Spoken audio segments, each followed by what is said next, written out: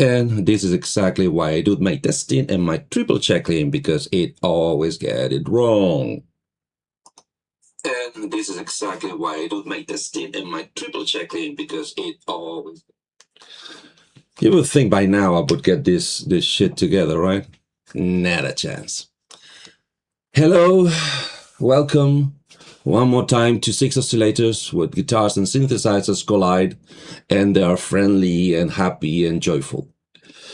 Welcome to all of you to one more time that we're gonna try to establish a safe haven for all those nutcases like me who think that guitars and synthesizers belong together, that should not have a dividing wall between them, and they could create beautiful sounds, music, experimentation, and all sorts of delightful artistic expression. Tonight, for the second time, we're gonna try, me and my beloved co-hosts, which I assume and consider my friends, and I would love them to consider me their friend, to expose to the outworlds what by now it's an obsolete technology. It's in the race to become the company that commands the technological development in the guitar synthesis, or synth-tourism. At one point, many of the typical synth brands did an effort and tried to attack the field or attack the market and create an item, or to express their own take on the technology, to see who the market would favor. Because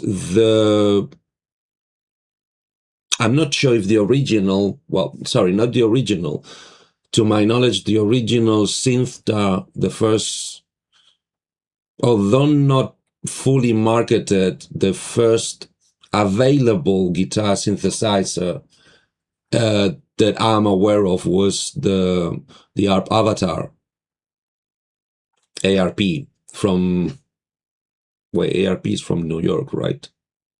If Moog is from California, ARP, I always get that wrong.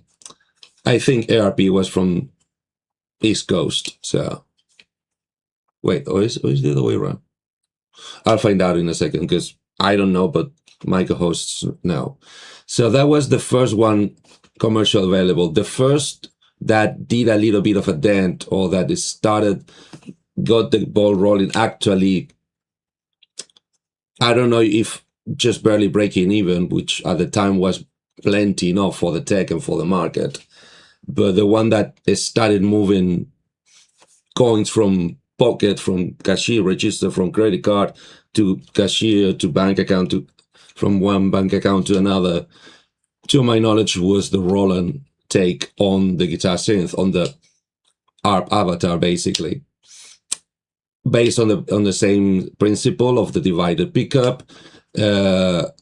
First iterations, that divided pickup was expressly mounted on a specific guitar. So you basically, in order to get the pickup, you had to buy the whole guitar, not only because the guitar was carved into the body of the solid body of the guitar, but also because the connections, specifically the link, the connector link between the guitar and the floor synthesizer in this example I'm mentioning, because I'm trying to talk about the Roland GR500, basically would not even fit on any other conventional guitar, because we're talking, what would you know, if this is a phone charger, the original GR500 connector was something like this big, roughly. It wasn't fitable on many conventional guitars without making a kind of a joke of what was left of the guitar. So, and that also basically gave Roland first in business, you could call, being the first one, which is always good for controlling a market or controlling a technology. And for many years or several years, probably even being the only ones having on the shops available a guitar synthesizer available to whoever could afford it at the time, because I don't expect it was on the affordable line, more like in the rock star level of synthesizers, like every other analog synthesizer of the time. But it's still that started the ruling, on a way of speaking, of Roland on everything guitar synth to come. I'm pretty aware that Yamaha had a stab at it. In fact, at one point in the show, we will be showing my Yamaha take on the 13-pin technology. A rack unit. Sorry. Not sure if Core did something. We know that Casio had a stab at it, more on the all-inclusive, all-in-one shot, and also on the MIDI controller side. Again, that's a good question. I don't remember the Casio guitars being 13-pin technology. I think that they were MIDI technology from the guitar. So you could, the guitar itself was already generating the MIDI content down a 5-pin DIN. I think. Don't quote me on that. Do your own research, boys and girls. So other companies had a stab, and because Roland, on his application of the tech, had its shortcomings, even more when they went digital, when they started applying the 13-pin analog technology into digital or DCO-based synthesizer modules, and even more when they went Rumpler, when they started using synthesizers closer to Rumpler architecture to be triggered from the analog 13-pin technology, because that increased the latency, the time, the reaction time. It increased the performance quality. I assume it reduced the triggering and improved the live performance of the device, as in the sheer amount of a rock band on stage would not trigger the strings sympathetically, generating synth artifacts while the synth was trying not to play or not to make those sounds. Because I can see that being a problem of the early units, the analog units.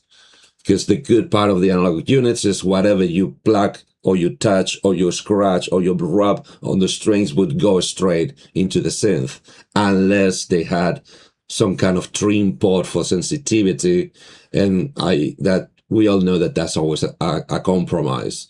Either you end up smashing the strings because you want to prevent the biggest amount of mistriggers, or you end up with some sort of mistriggers or artifacts. But on top of that, Roland, when they went digital, they added digital latency to the whole shebang, and they started fetching the non-latency performance ever since. All the way to I would call it last unit last year. Well, it's not that I would call it, it's actually, that was the last GR unit and the last Roland unit, GR55. Because the next iteration, the next items were on the Bosch brand, and the next item, still in 13-pin technology, is the SY line. And when they decided to move on to left behind the 13-pin technology, they move into what is now the GM I think it's GMGV. Yeah, because they released a Rompler-ish analog VA, virtual analog synth / Rompler. No, the GM doesn't have the Romplers, I think. It's only the analog, the virtual analog, sorry, because it's still digital. It's even more digital user. And the GB, I think, is basically a new take on the VG, virtual guitar technology from Roland, which is the custom processing, as in taking the audio, in this case, digital audio signal from the new generation GK5, not 13-pin, but TRS cable in this case, hence how we know that it has to be digital signal to send six separate signals, each per string, down a TRS connection that are 3-pin. It can only be digital. Analog doesn't get it yet. So those are on the Roland. So GR55 was the last Roland, and but it came very close to finally get rid of the problem of latency. Most out of smoke and mirrors. If you've been to this show before, you know my take on it or our take on it, and how often we've proven how they did manage to null or to negate the latency issue for performances in 55, which is not on the synthesizer side technically. Long story for another show, or just go back and watch the previous shows, many of them we've done. But what we're talking about today is that other companies said, oh, we can do better than Roland. So let's have a shot. Let's take what Roland has developed so far. Let's take the divided hexaphonic pickup, the 13-pin. I don't know if because they actually believed it was the best option. I certainly don't believe they thought it was the only option. But some marketing issues could have been taken part on the fact of deciding that, well, there's already a bunch of guitars retrofitted with divided hexaphonic pickups on the 13-pin technology. So let's start there. Let's not try to reinvent the wheel, alienate the previous market share, and allow people who is already into this technology to just adopt our processing units with their already existing guitars. One of those companies, I believe, and that's what we're going to be talking about and discussing and trying to find out the truth if we manage, originally was called BlueChip. And they developed the processing system of hexaphonic divided pickup signal and the moniker of AxOn, which we're going to try to find out today. We're going to show two versions, or at least two tiers of the technology applied to two different products, addressed to two different markets for two different sorry. I'm really tired. It's very late where I am. Not where they are, but where I am. It's very late. It's been a long day. So, two different products addressed to two tiers of the market. In a way, we're going to be showing the professional tier and the home tier. The home tier is the one that nowadays, if you're a little bit into what's available as per today, 2026, in the market, I put equal or ponder that is almost as what the Fishman triple play type of application and market is aiming at. That's my personal unit, the home tier. But my co-hosts are going to show you the upper tier, the one that was designed to be basically the Roland killer. And to do so, I should not take more time. The first thing I should do is to welcome my co-hosts. Once again, it's starting on the alphabetical order. We're going for, ladies and gentlemen, Mr. Guitarful. Hello, hello, hello. Hello. Can you hear me? Yep. We can hear you. Well, I can hear you. If anybody's out there, please let us know if the sound with Mr. Guitarful is as it should. Otherwise, we shall fix it. Because once again, that's the real problem of having one show a month, that in between shows so much happens in the studio that it's like it's restarting the tech and reconnecting everything. Plus today I asked Mr. Guitarful to be so kind and try to demonstrate his unit. But first, we're gonna try this, although this is working so. Let me show you what are we talking about. So, sorry for the blurred image, but the camera is not helping. No. So the one unit on the top, the one that does not say Matrix 6, the AxOn AX100. Thank you. Although, can I? No. Yeah. I'm using a StreamYard free edition, and I'm having grandeur delusions, thinking that I can move the camera so everybody can see it. Cool. No, just tilt it a little higher. Yeah, I'm if you trying can. to do it from a distance with the zoom, and it's still pretty blurry, isn't it? Yeah, I don't think we're going to show the blur as per now. Just open the reach so we can see the whole unit to have a... Or, let me see if here I have what it takes.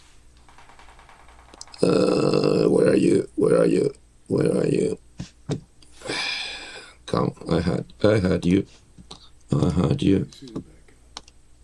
Because this is... It's not helping the fact that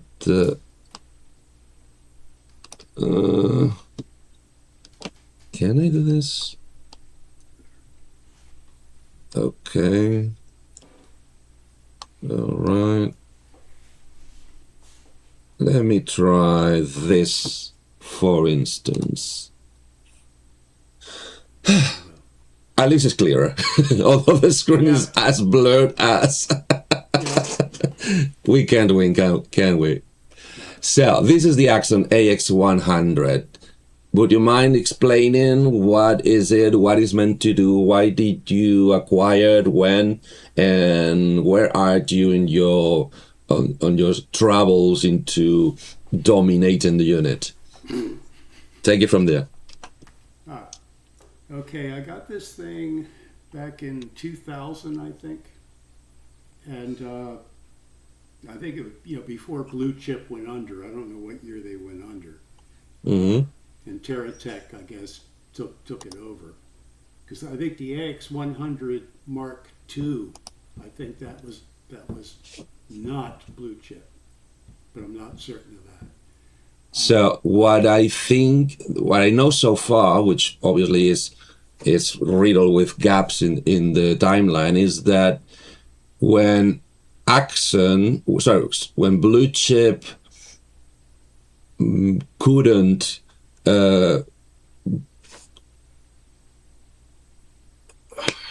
not endure, support the technology anymore. Somehow a second company, Terratec, wanted or managed or got offered or was so jealous that they wanted a piece of the action, so they ended up buying the whole IP and brand from BlueChip. And that's the unit I have. The unit I have is on the Terratec brand instead of BlueChip brand. So I assume this is the people who developed the technology, and Terratec just managed to market it for several more years before both product lines went down. I don't know if Terratec is doing anything else. I haven't heard the brand ever since. So they've kind of gone quiet, like BlueChip.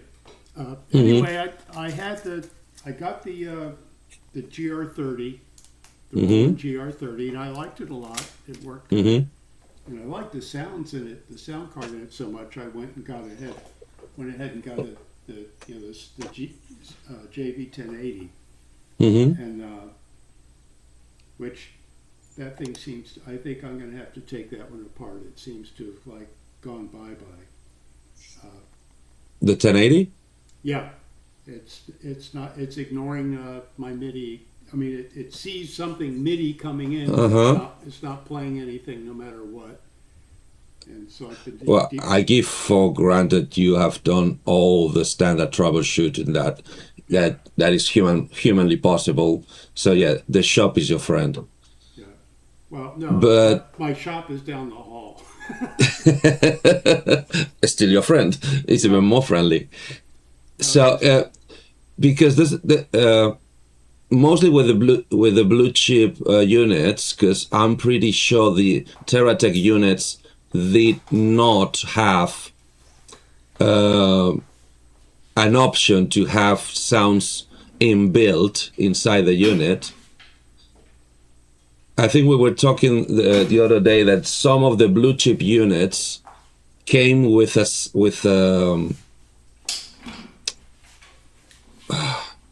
God, words today really is with an inbuilt sound source, as in a synthesizer, all being just a rumpler.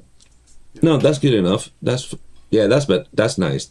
That's plenty good. Now you can see it. If we need to check the controls, I'll pull the manual again. Yeah. And by the way, congratulations for both of our Heims. I'm jealous. I'm officially jealous. Yeah. And but what's the case on this version you have? Is any sounds in it? No, there's no sound card in it. So this one is basically just a guitar to MIDI translator. Yep. So it can be with all the bells and whistles that don't work. Yeah. Which, for instance, being able. Well, we'll get into eventually, but yes, being able to route the notes for different string. So you could group like 3 strings and other strings, and those will go to a separate voice, and as well as a fret split. Being able, so basically you could. You could divide your fingerboard into 4 quadrants. Okay. And send them to different synth voices. 4. Yes. And then of course they sense where along the string you're picking it with a flat pick, not finger picking. You can use that to get 3 different control signals for that are routed somewhere else. Interesting. I'm also, because I'm going through the. Sorry, I don't want you to feel it. I feel. Oh, okay. How is this? No, that's not gonna happen. I don't want you to feel alone. No, that's another one.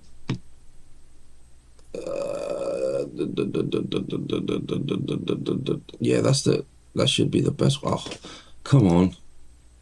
Yeah, but not me. Him. Well, both. Sorry. It doesn't help that I don't really know how to use this thing. Well, we're both there. I'm just gonna take this one away because I just noticed that this unit, like my Yamaha rack unit, also have a 1/4" input. So this is also, is it actually capable of doing monophonic standard guitar into MIDI? Yes, I think so. I think that feature is really intended for things like, saxophone, a monophonic instrument. A melodic, let's call it melodic. Yeah, you're not going to be able to get 5 or 6 simultaneous different notes through a microphone. It's not that smart. Have you ever explored that side of the unit? No, never had any interest in it. Cool. Then let's not dwell on that.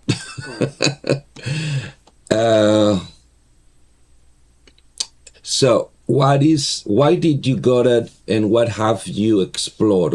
What is the main use to give to this unit? Okay, the reason why I got it, well, for one thing, it was highly endorsed by a lot of different people as being much quicker responding than the Roland unit. And by the way, it uses the same technology. You can use a Roland GK pickup with it. Okay. There's also piezo pickups out there if you've got one separate for each string. Like Godin had those, and horrible guitars. I can't play. I would have bought one. It saved myself a lot of trouble, but so I had to build one. Yeah, that's true. But it'll handle several different pickups, and you kind of set it up for that exact guitar and pickup. Okay. And it was just much less latency than the Roland. Yeah, I've noticed a slight difference, but it's good enough. The improvement is worth the investment. So I would be fair to say that unit you have already tried to be compatible with every other 13-pin divided hexaphonic pickup in the market at the time it was released. Would that be fair to say? Yeah. Because remember that at that time, Yamaha pickups were out, Roland pickups were out, as in available to the public. As you said, Godin decided to develop a whole line of solid body acoustics, both nylon and steel, with on the saddle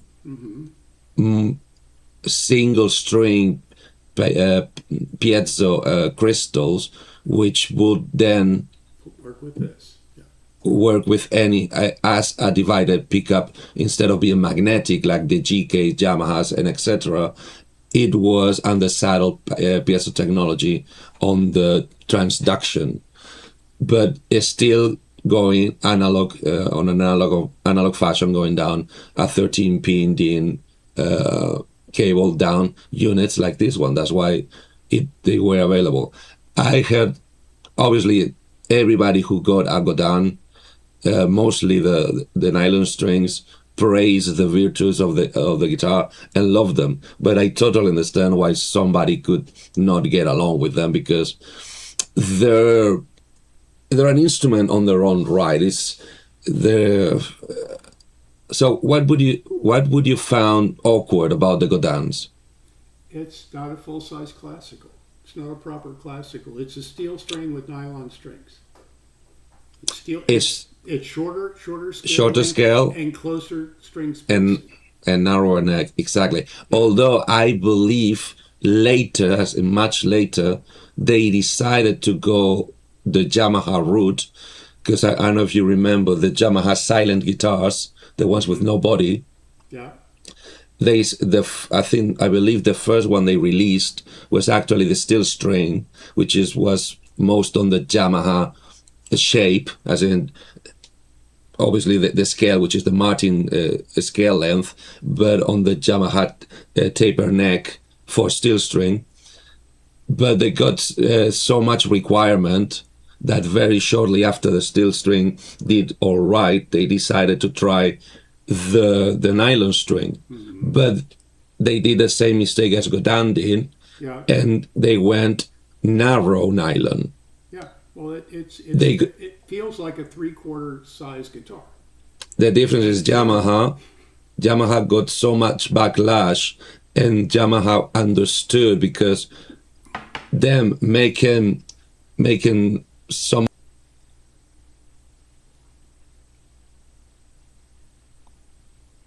Uh-oh. You still there? Yes, accidentally. just barely. So Yamaha, being manufacturer of some of the greatest concert Spanish guitars in the market, heard the complaints, and they say, okay, do you actually want a real 650 mil? What is it? 640 or 650. But No, 650 is the scale length, but what's the nut width? Is it 52 mils? it's Because I think 47 is the acoustic. Yes, I think it's 52 or a little bit more than that. All right, so Yamaha, I think they still shied a little bit. I think they did a 50 mil width, which was somewhere in between, not real concert, but not narrow, jangly nylon. But the problem with the silent guitars, and I don't know why Yamaha missed that trick. They never put divided piazzas on those pickups. Right. Although I believe they actually had individual crystals per string.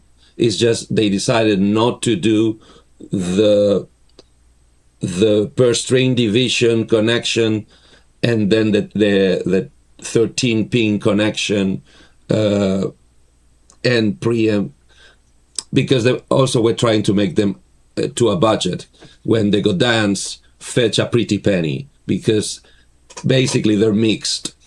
You have all 6 pickups, all the 600 saddles going mixed into a 1/4 inch, so you can send it front of house for the actual nylon sound, and at the same time kind of split it inside the cavity, inside the guitar itself, into a 13-pin connection, so it can go down and be then converted in MIDI. Because for anybody who's new to our show, remember that the 13-pin connection does not send MIDI down. It only sends voltage, as in audio voltage, the same that any electric guitar sends down. It's just instead of sending one with everything mashed into one signal, sends one individual signal per string. That's the only difference. Yeah, because remember, people, it's not a MIDI pickup. It's a magnetic pickup that is 6 pickups. That's it. Yeah. So what is the actual application you're giving to this unit? Well, right at the moment, I'm not doing anything with it that I wouldn't do with my Roland GR30, and that is Okay. just to get the MIDI, Mm-hmm. each string on a different MIDI channel. Mm-hmm. Cool. Because that's one option, right? Well, that's with this thing. That's like the only option. As it turns, that's if you want to power something else other than what's in the box. Mm-hmm. Same with the GR50. You go, separate, or actually you can. You can just send all the notes out on one MIDI channel for a synth if you want all the same voice. Mm-hmm. And if you're a flat picker, that's all you ever need. So we agreeing that the unit offers both options. Yeah. It's just for your application, the most interesting is when it's individual MIDI channel per string. Yeah, because then I can divvy up the notes myself. Yeah, and you can choose the sound per string. Yeah. Cool. Let me just, because I'm getting I'm getting into the subject, and I just forget that somebody else is also waiting to join us and to have this conversation. Ladies and gentlemen, Mr. Uncle Chrome. Hey, Hello. how you How's it doing? going? How you doing? Doing well. How is summer treating you? Us. We've had a little bit of summer, but a proper spring, I think, right now in Maryland. So Yeah. we're enjoying it, and always So fun things here. New toys, old toys. We got toys. we got toys. That's always good. So now that I have all the brain power with me tonight, because for instance, Mr. Synthetic is in as I hope pleasure trip. Is having a little holiday on his own, which he totally deserves. So he won't be able to be with us. But he sends his regards and best wishes to all of us and to all of you out there. Now that I have all the brain power with me tonight, can you remember or did you ever learn of any previous attempt of actual guitar synthesizer before ARP tried the Avatar? Yes. Oh, Yes, please okay. enlighten me. That blue box, right there. That was a, Please elaborate. There was a company called 360 Systems, and I should have put their documents up on the website too. But it's completely analog. They did not use the DIN technology type pins on that. It's hexaphonic. It was 7 wires, and it was Wow. basically a small mil-spec connector that looks kind of like a mini DIN. They were extremely. You can still get them. They're extremely expensive. I mean, the military uses them, but nobody else does. But Wait, anything similar to the original printer board for the Macs? No.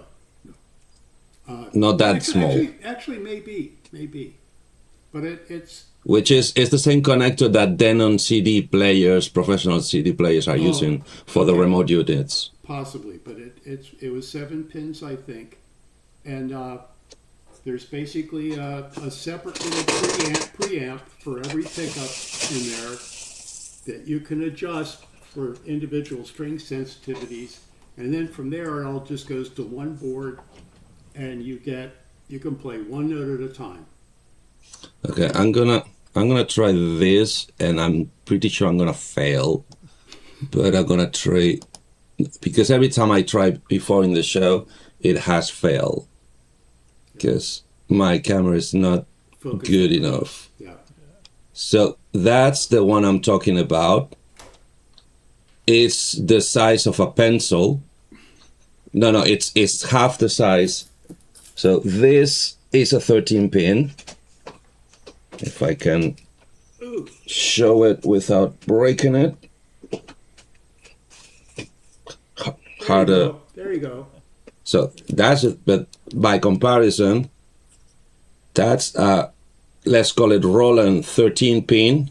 Mm-hmm. This is RS232, Yeah. which is the original Mac printer that later became the TG port for Yamaha for MIDI. So anything similar to this is what these No, people used? No, it was probably about that size. Okay. And a 7 pin inside, but I mean, it just, the kind of thing that you can throw on the floor and stomp on it, and you won't hurt it. Oh, no, not this one. Very Definitely not this one. precise, all machined parts, and, cost hundreds of dollars per connector. Okay. Well, but at least it was small. Do you remember the original GR500 connector cable? Oh, that was the one that was looked like a Almost like a SCSI cable. Yeah, almost like a CTAC. It was like Yeah. behemoth. Good. Good things comes in smaller packets. But anyway, that thing puts out control voltage for pitch. Mm-hmm. It puts out a gate and a trigger, It also Per goes string? up, and no, it just a string. Ah. I mean, you've got a hexaphonic pickup that you Uh-huh. feed it with, but and it separately conditions the signals for all 6 strings. But Uh-huh. then it's just one frequency to voltage converter board. So you end up having to play One note at a melodically time. Yeah, one at a time. But you Okay. get, I mean, you basically get a volume voltage and Mhm. a couple other things. It's very nice. There was a Mhm. guy, and this was in the 70s, Yeah, yeah. and Obviously. there was a guy named Timo that just had a whole stack of those, one for each string. And he used to You're tour. kidding me. I've never seen any recordings by him. I've just seen these ads, for this equipment showing Timo, Uh-huh. and I'll have to, try to Google his name one of these days. But if you Google Timo, you're going to get half the people Well, in South America, well, that's one, and now it's most likely gonna show you the Chinese online shop. Yeah, no, yeah. It's not going to show you this guy. I don't have one handy, but he was in all the synth magazines would have advertisements for 360 systems with him. But then, yeah, then I agree with you. Then that puts these ones as the first synthtar, Yeah, but it still puts the Avatar as the first polyphonic synthtar. yeah. No, Avatar's not poly. It was still one note, only playing one note at a time. It was basically Wait. if you take that thing and feed Yeah. it into an ARP Odyssey, Uh-huh. that's your Avatar.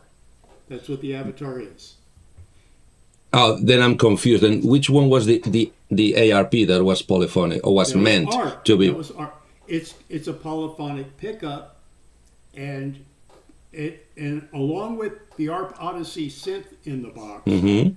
there was also a separate fuzz distortion unit for each pickup, so you could get really smooth fuzz. But that was I remember that. That was a polyphony. That was it. So It was sorry. monophonic synth. I misspoke. I said I remember that not because I was there. I remember reading that. Okay, That was the way they. I wasn't there. Good, but what I learned is that the Avatar apparently was the one that came to marketing, came down to the shops, because the original one could be the Axe. Never passed the prototype phase because it was so convoluted, because it was actually 6 prophecies, Yeah. 6 motherboards, 6 monophonic motherboards, 1 per string. It was so convoluted, so big, so expensive that it never made it past the prototype stage. The one that made it to the shops was okay, let's simplify and make it cheaper. Let's remove 5 prophecies, left only 1 prophecy, plus all the hexaphonic technology, 1 signal per string that we will apply just to the fuzz. That's what I've been told. Yeah. No, I think that it was the Avatar never was supposed to be anything other than what it was. Okay. They kind of advertised it, polyphony, but that was really the pickup. Mm-hmm. But see, that was they're going at the pop musician market, jazz rock players. They're only they're flat picking one note at a time. Yeah. So it's like, what's the issue? There's just it'll work. This works fine for that. The Avatar worked fine for that too. It's like, Okay. but if you're playing 2 different melodic lines or more at the same time, and you want different voicing, which is what I want, there's never been anything on the market to do it. Nothing. Until the AxOn. Well, maybe with their sound card it would work. Mm-hmm. And maybe it's just a bug in the software. Uh-huh. You can split up the fingerboard into splitting it string wise and splitting it fret wise, and you get 4 rectangular quadrants. You can't have them staggered. Look at the interface. This row of that's 6, that's 10, 12 round buttons in between the power and the screen. Yeah. That is to control what we're gonna be from now on called the splits, Yeah. the splitting options, right? Well, And plus everything else. But plus everything else, exactly. That's why or what? Or minus. Or minus everything else, Yeah. right? Because that's the reason why the graphic. Let's see if I can improve the graphic. Is trying to give the sensation, the impression. No, wrong one. Now this is getting closer of being. Yeah, I'm maxed out. I can do it in bigger. It's like a whole neck or a whole guitar, a string set drawn into the face of the unit with all 6 strings, with your.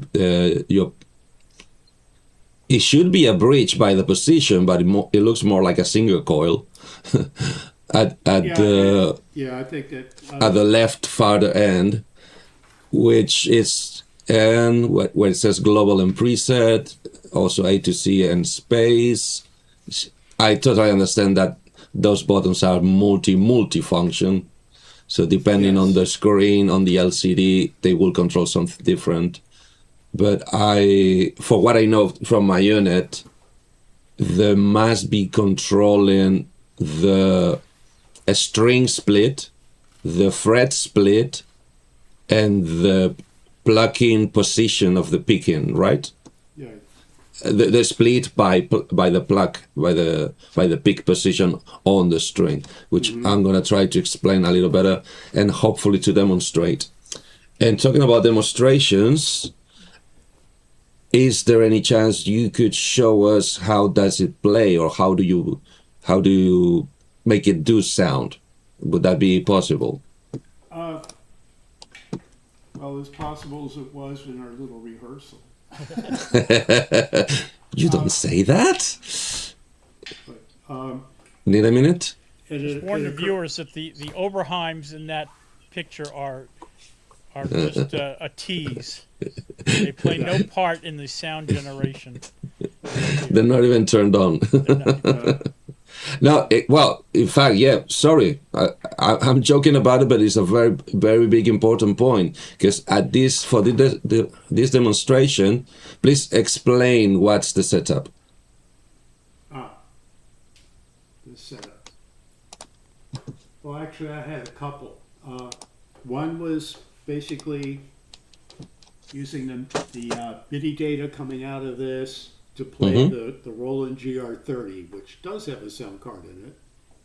And, I'd never tried the MIDI input port on the GR30 because I was playing guitar. Lucky you have one. But I can.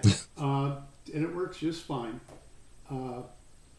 And I also have a very wonderful box that I bought about the same time as this. And because really with this, I wanted ideally, and what I thought, the way they advertise this thing, is I would be able to basically send out the notes according to what quadrant they're in, the splits, to a different instrument. Which ostensibly would be by, a separate MIDI channel.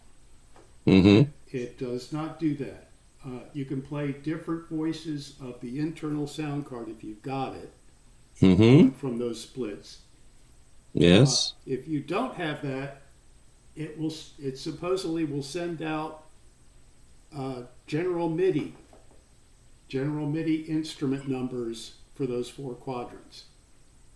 And that's why I was hoping Roy Droid Floyd would be here, because he's got a newer one. Maybe his works. Okay. But if you can set a general MIDI, and then that can go to my good old Roland here, which is, to me, it being stuck with only using general MIDI that's a non-starter for me, but it's something. Okay. Sorry to interrupt, but what actually do you mean by general MIDI? Because to me, general MIDI is just a specification of sound locations on a list. So my understanding is they don't say, and that's on They've got it in two different places, and they contradict themselves. Okay. It will send a MIDI packet to the synth saying this is the instrument, Mm-hmm. and then it will send the note. And then you play a note in another quadrant, it does the same thing for different instruments. So with this, I would have been able to play 4 different voices. Mm-hmm.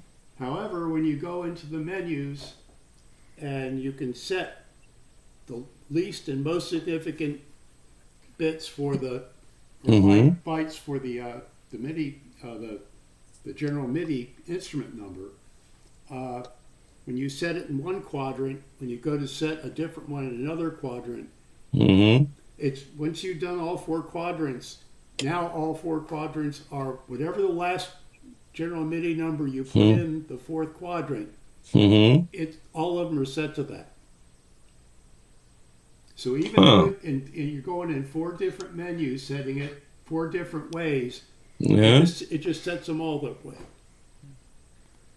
And Eddie, I if you tried- look on the page right before what you had up in the manual, it's what they talk about the optional features, optional things you can buy, and one of them is the sound card.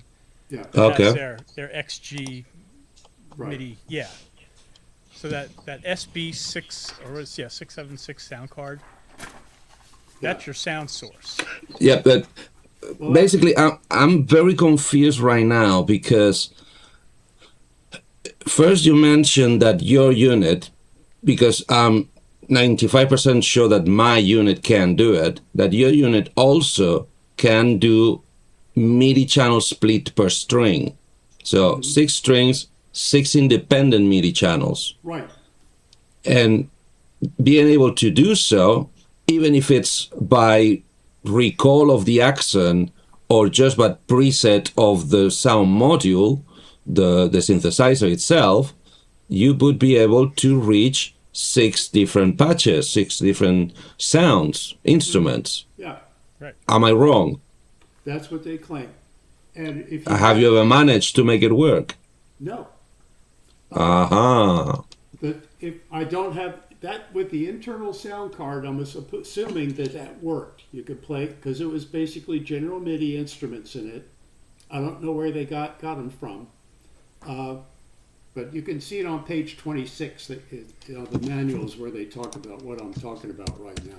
Yeah, at the end of the manual, they talk about the waves, their synthesizer wave table list. Yeah, it Sorry. sounds like the Roland. Yeah, so it's PCM waves or whatever. Yeah. Yeah, So, Wrong. page 26 is talking about string split, fret split, pick split, which is what we already disclosed, yeah. and split zones, split parameters. Am I getting any closer? It's Choosing instrument. Yeah, it's on page 26, but also on not page 26, page 13 and page 25. Okay, 13.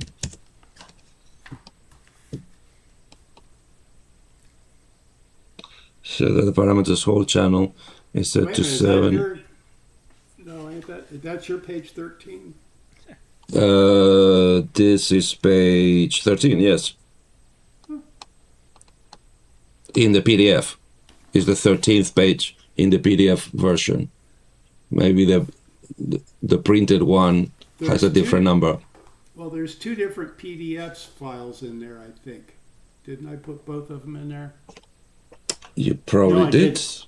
There's a manual. No, I didn't. There's 2 different manuals, and they got a Okay. different number of pages, but I don't know what your page 13 should be close. Okay, let's look into that because I think it's gonna get confusing. Go your 2 pages. Okay, your page 15 then. Try 15. All right. There's 2 page. You got 2 pages in front that I don't have in mine. So that is 15 right there. Yeah, And it's talking, you've done on the internal is it. soundboard. there you go. So it'd be this page and page 28 for what you've got. And they state it basically twice. for some reason. For selecting split zones, but yeah, choose a GM, general MIDI instrument that you like, and then set the MSB. And so, in other words, if you leave MSB 0 and LSB, set that to 1. That would be that'd be a grand piano. Yeah. But I'm not deep reading this right now. I'm just shallow reading. This is basically saying, to do the splittings, wants to remain the unit in single, on a weird way of single MIDI channel output for the notes, although it's assigning different PC messages depending on which combination of string, fret, pick you actually perform. So seems to be like on a very fast processing timing. Every time you plug a string on one of the quadrants, it will detect on which quadrant are you and send that PC message down one single MIDI channel to the general MIDI compatible sound module to tell this note needs to be playing a piano, or it needs to be playing a flute, so it's basically PC changing very fast. Yeah, it's nuts. But it is nuts because it would have made more sense to say, okay, you've got the 4 quadrants, the 4 zones you divide the fingerboard in. Okay, what 4 MIDI channels do you want to use for these 4 quadrants? And do it that way. But now I understand. Yes, but they didn't. And I think but I think they did it right. Let me elaborate. Let's just remove this because now it's a little superfluous. They would have done it right if it worked. Well, I don't know if it works. The time I tried it, it worked for me because first you got a better unit. I don't know. I'll trade. Probably one day I trade you my AxOn for your matrix. So no, just kidding. Because think about this: if you need to be compatible with analog synthesizers, which most of them were retrofitted with MIDI, let's call them Kenton modules. They already had a hard time following one MIDI channel, let alone trying to follow 6 MIDI channels. So they have to find some way to be multi-timbral in one MIDI channel, so they can send all the notes in the same channel, just telling the unit PC change to a different multi-timbral patch, so the guitar itself is multi-timbral, but it's only using one MIDI channel in one single stream. Right. So the only way to do that is because I think that's the other difference. You're talking to me that your neck can only be split in 4 sections. Mm-hmm. Unless I'm mistaken, which is very likely, my unit can have 3 fret splits, 3 fret areas, and up to 3, so can do 2 strings per split. So I can do a matrix of 3 by 3, a 9 matrix. Yeah. It's very complex, and why would you want that? But I think when I read the manual, I think they claimed that this one could do it. Okay, and then this one only does the 4. Although in the documentation they say 3 and 3. They say 3 string, you can have 2 string splits, which to me means you can split the strings twice. That would be 3 zones. And same or 2 and 4, or 1 and 5. Because that's what another thing that my unit allows is to set the split on any of the 6 strings of the hexaphonic pickup. Yeah. Please, people out there, remember that hexaphonic pickup, among other things, means that it's divided into 6. So that's why the limitations is for 6 individual MIDI channels and any combination of six things split it into 2 groups. So you can have 2 and 4, 1 and 5, or 5 and 1, or 4 and 2, or just 3 and 3, which is the most useful if you ask me. Yeah. But now I understand why they did it, because, as I said, trying to be backwards compatible with any previously released synthesizer, including analogs, they needed to. Yeah. Sorry, I'm just listening to myself, and then I say, sure, yeah. Try to make a prophecy, try to make it multi-timbral. It's not going to happen. Yeah. But if there's any chance to make it multi-timbral, although if it can only do it, or they chose to only do it under general MIDI conditions, it's kind of defeating the whole point. Yeah, they were still sending all the strings, all 6 strings in one MIDI stream. That is loud. And but yeah, it wouldn't work with analogs. Cool. So shall we hear it? Do you think we can hear it? Yeah, but what you're going to hear is what you just said it can't do. Please elaborate. I got another box shortly after I got this, and it's made by an outfit in California called Encore Electronics. They're still Okay. they're still with us. They make excellent stuff. I should have put the documents for that up there too. Let's see.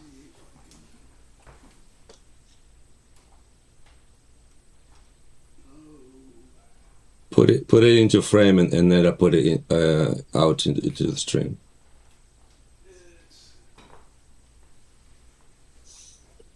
Please don't hurt yourself. That's the other camera. It's coming. It's coming. Sorry. Now, All right. here we go. That little thing, you can see the lit up display right there. There's The one you rack? Yeah, it's one rack. I put it over there so I wouldn't have Mhm. 20 cables running across the room. Okay. It is a MIDI to control voltage and gate trigger converter. 8 channels. Interesting. And, So, 8 channels, which I'm only using 6 at the moment. okay. So I've got each string going to a separate CD channel into the big monster modular there.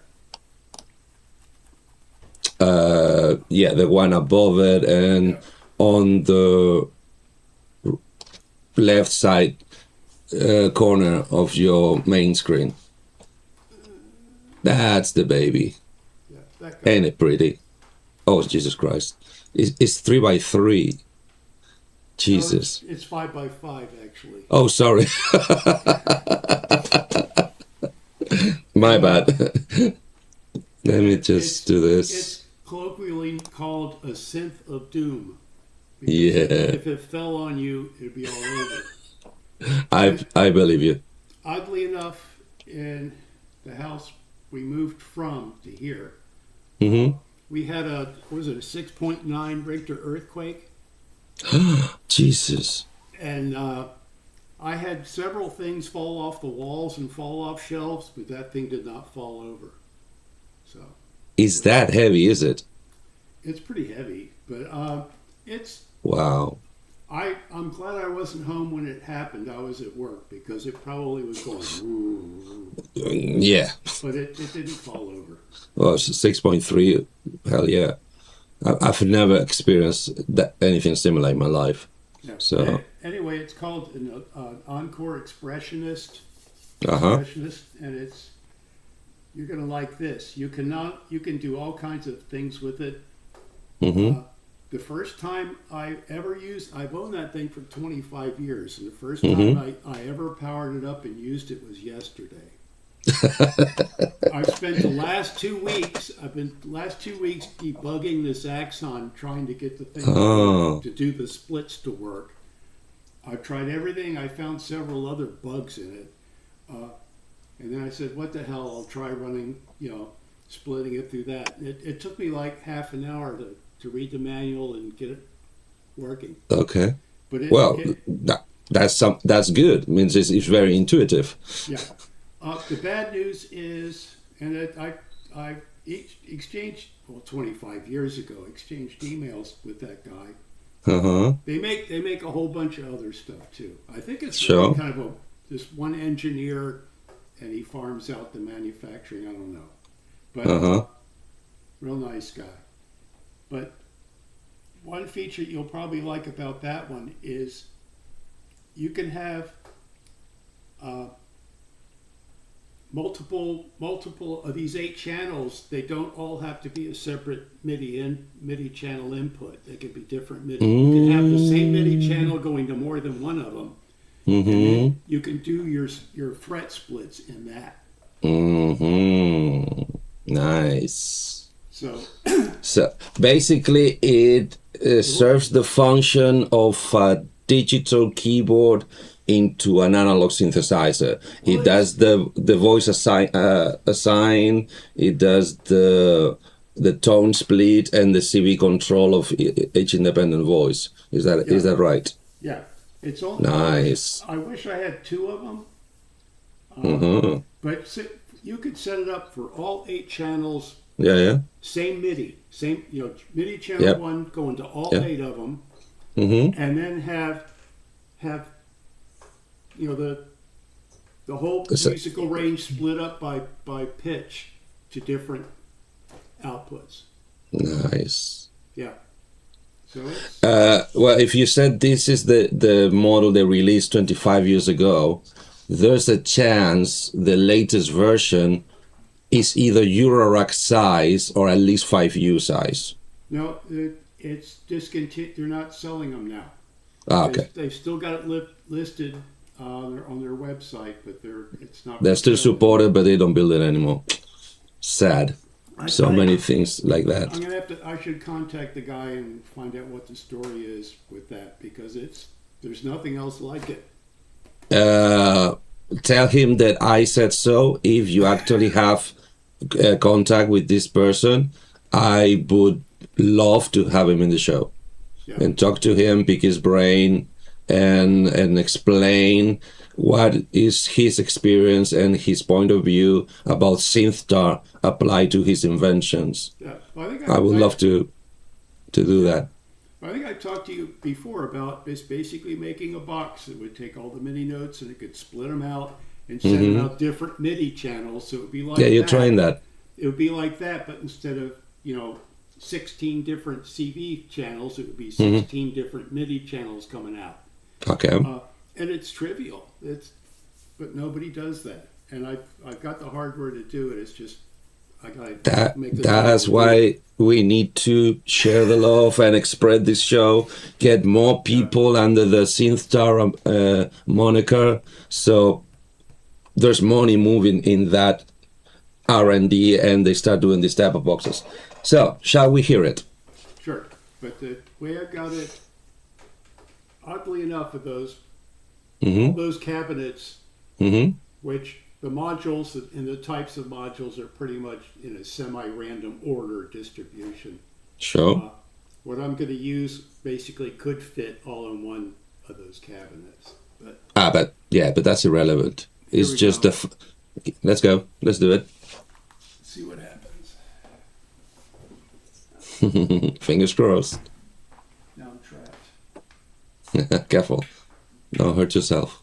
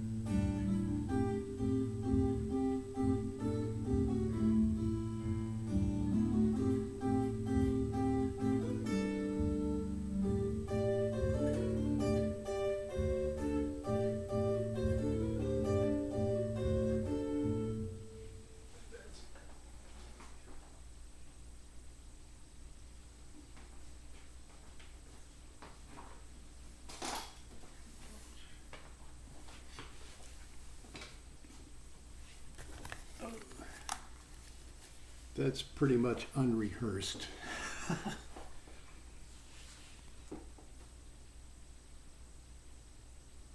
Uh-oh.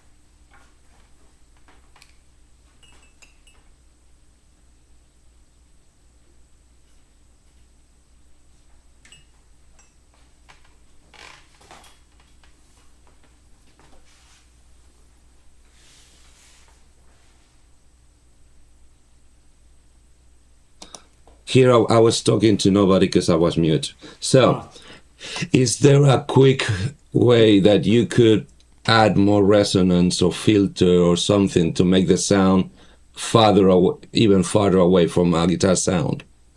A quick way, as in 2 tweaks or something. On that? Yeah. Oh, did you hear a guitar sound in that? That was...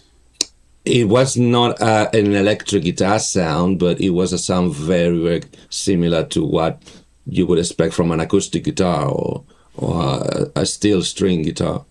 Huh. Not because, I mean, the stereotype of a synthesizer sound is with a lot of wow. Oh. So when you do a sound that is nice, tamed, harmonic, and beautiful, and it's plucked-ish, that's what many people nowadays understand as a guitar. Oh. And that's the patch you created. Can you do a quick setup of that patch just to demonstrate that it's the synthesizer player and not just the guitar? I will try. I can change waveforms pretty quick. Yeah, that too. Whatever is just 1 minute tweak.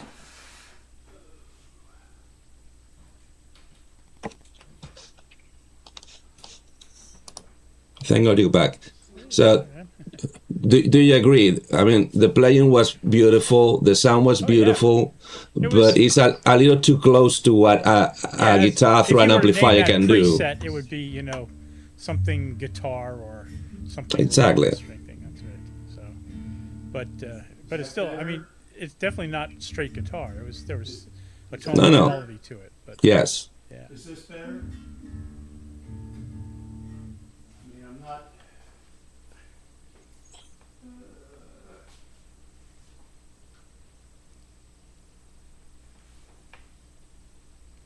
I could do the stereotypical stuff.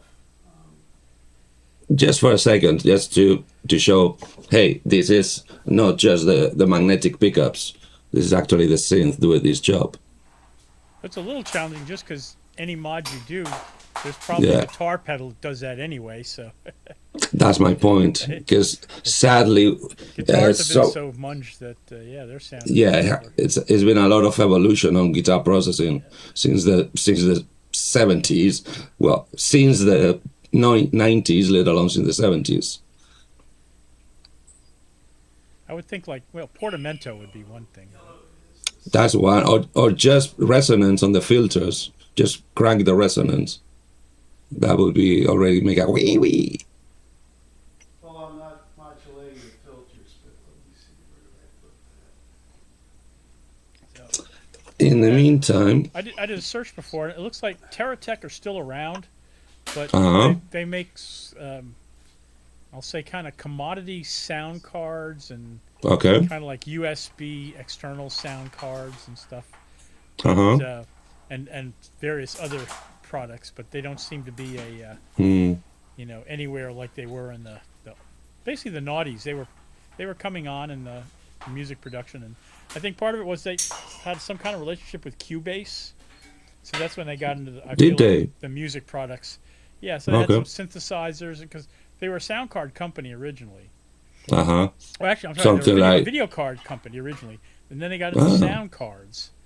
And sound cards, you can put general MIDI on this, and then have something play the general MIDI, and Off you go. Well, many sound cards in order to play MIDI files. They bought a chip from Yamaha to have a GM module inside the sound card, like Adlib, Total Beach, or some Blaster. Yeah. We know that. So But, one thing leads to the other. That's understood. So just a side subject. I just discovered in YouTube somebody is using. In fact, I discovered 2 YouTube channels. It's all made, although it's the quality is very high. It's all made with ML, generative computer speech algorithms.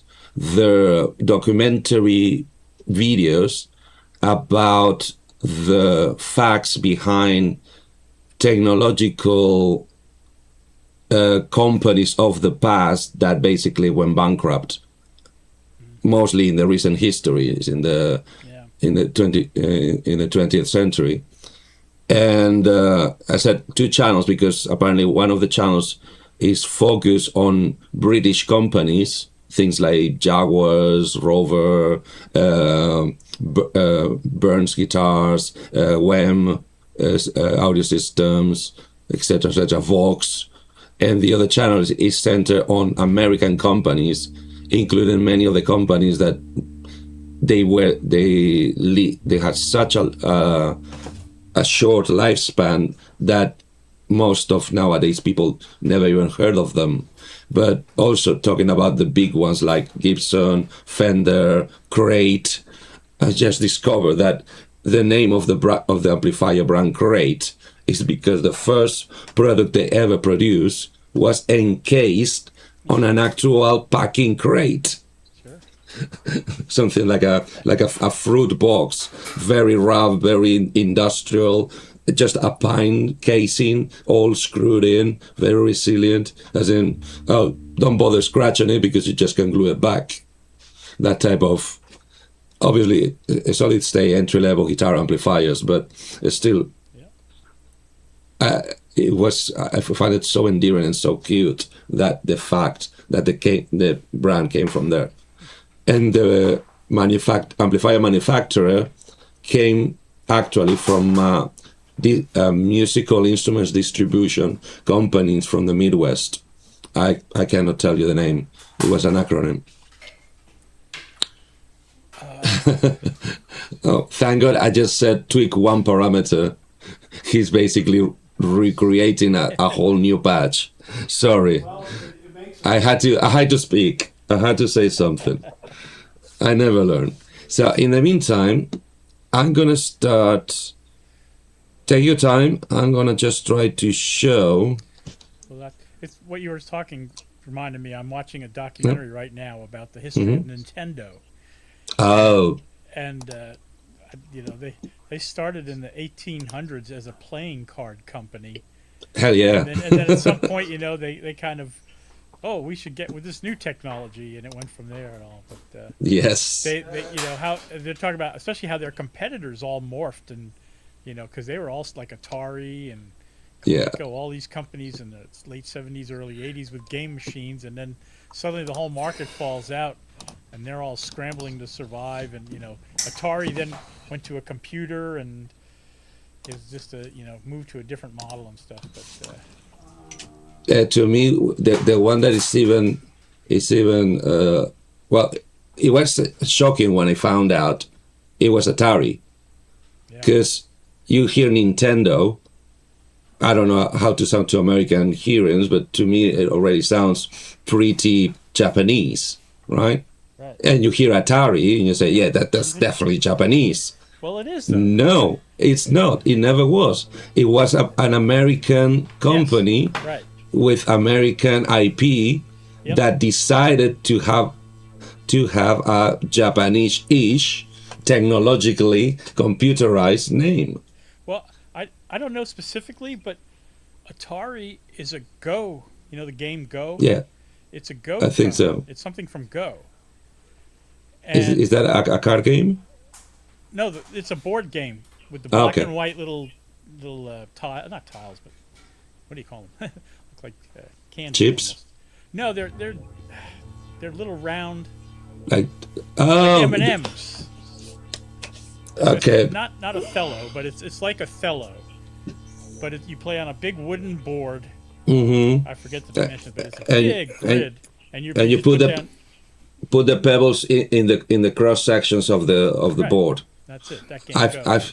Which is some sort of chess and Connect 4 games combined, Oh yeah, right? I couldn't Was play that- it, but I watched people Okay. play it. I watched good people play it, but I'm like, whatever. Here we go. All right. So time. that's the proof. There you go. That's the proof. Thank you very much. not- Sorry for I'm the not- hassle. I'm not going to play with that because it would sound stupid. But Now it sounds like a wah-wah pedal, but without the pedal. Good work, Jeff. Oh, shush. He already did a huge effort. Thank you very much. No, that it can Well, be done is what's the point. I was trying to do it so it would basically just be an envelope on the note, you know, like you're used to hearing. Yeah.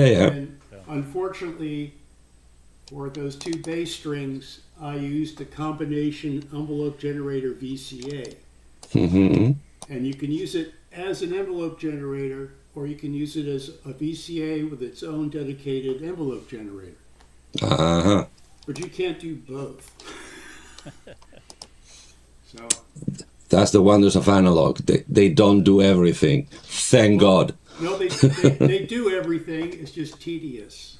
It's just one thing at a time. Yeah. Okay, just give me a little. In the digital world, you do it all by sitting down at your computer for a week and rewriting code. Boring as F. So that was this was the origin. This was the BlueChip adventure. Pretty capable. Which one thing that is evident, and the reason why I asked you to change the patch is that the triggering was flawless, and the timing, the latency, almost negligible. It is. Yeah. Oh yeah. That's why it was given an impression that you were actually playing guitar just through an amplifier, because the performance was so uncanny, so close to what we all dream with, and so much better than most of Roland available or commercial units, because I've never seen what Roland did in the R&D department behind closed doors. But as you said, this unit you have has his limitations because of the design and the aesthetics. Sounds to me or looks to me like it was possibly the first generation. So my thought is exactly that. Oh, the AX200 will solve all the problems that you're encountering. If Well, only. there was the AX100 Mark II, Oh, okay. The Mark but I II. think there were revisions of the AX100 after this one. This one was like, mhm. I mean, they were just rolling off the belt when I bought this. So, Yeah. So that makes mine. Bollocks. Sorry, excuse my French. Oh, Jeff, I missed it. The one you got, it was a Terratec still. It wasn't No. just the blue. It was No. the blue, before Terratec. So you It's got the blue blue. chip. Well, it says blue chip, right? But even the Terratec says blue chip on it. Well, So it's like they didn't Uh, rebrand it. They didn't paint it emu Oh, blue or anything. But maybe they I- bought they bought blue chip. yeah, in other words, I- they just they're sort of marketing it, and they're supporting. I have a feeling like they partner with Blue Chip to have that sound card, Yeah. and sort of the newer features and development and whatnot support. So that is what I understood, is that Terratec bought the whole shebang, both the IP and the branding and all the marketing rights. But my unit doesn't say Blue Chip anywhere. I'm trying to get to the picture again so I can show you, because this is mine.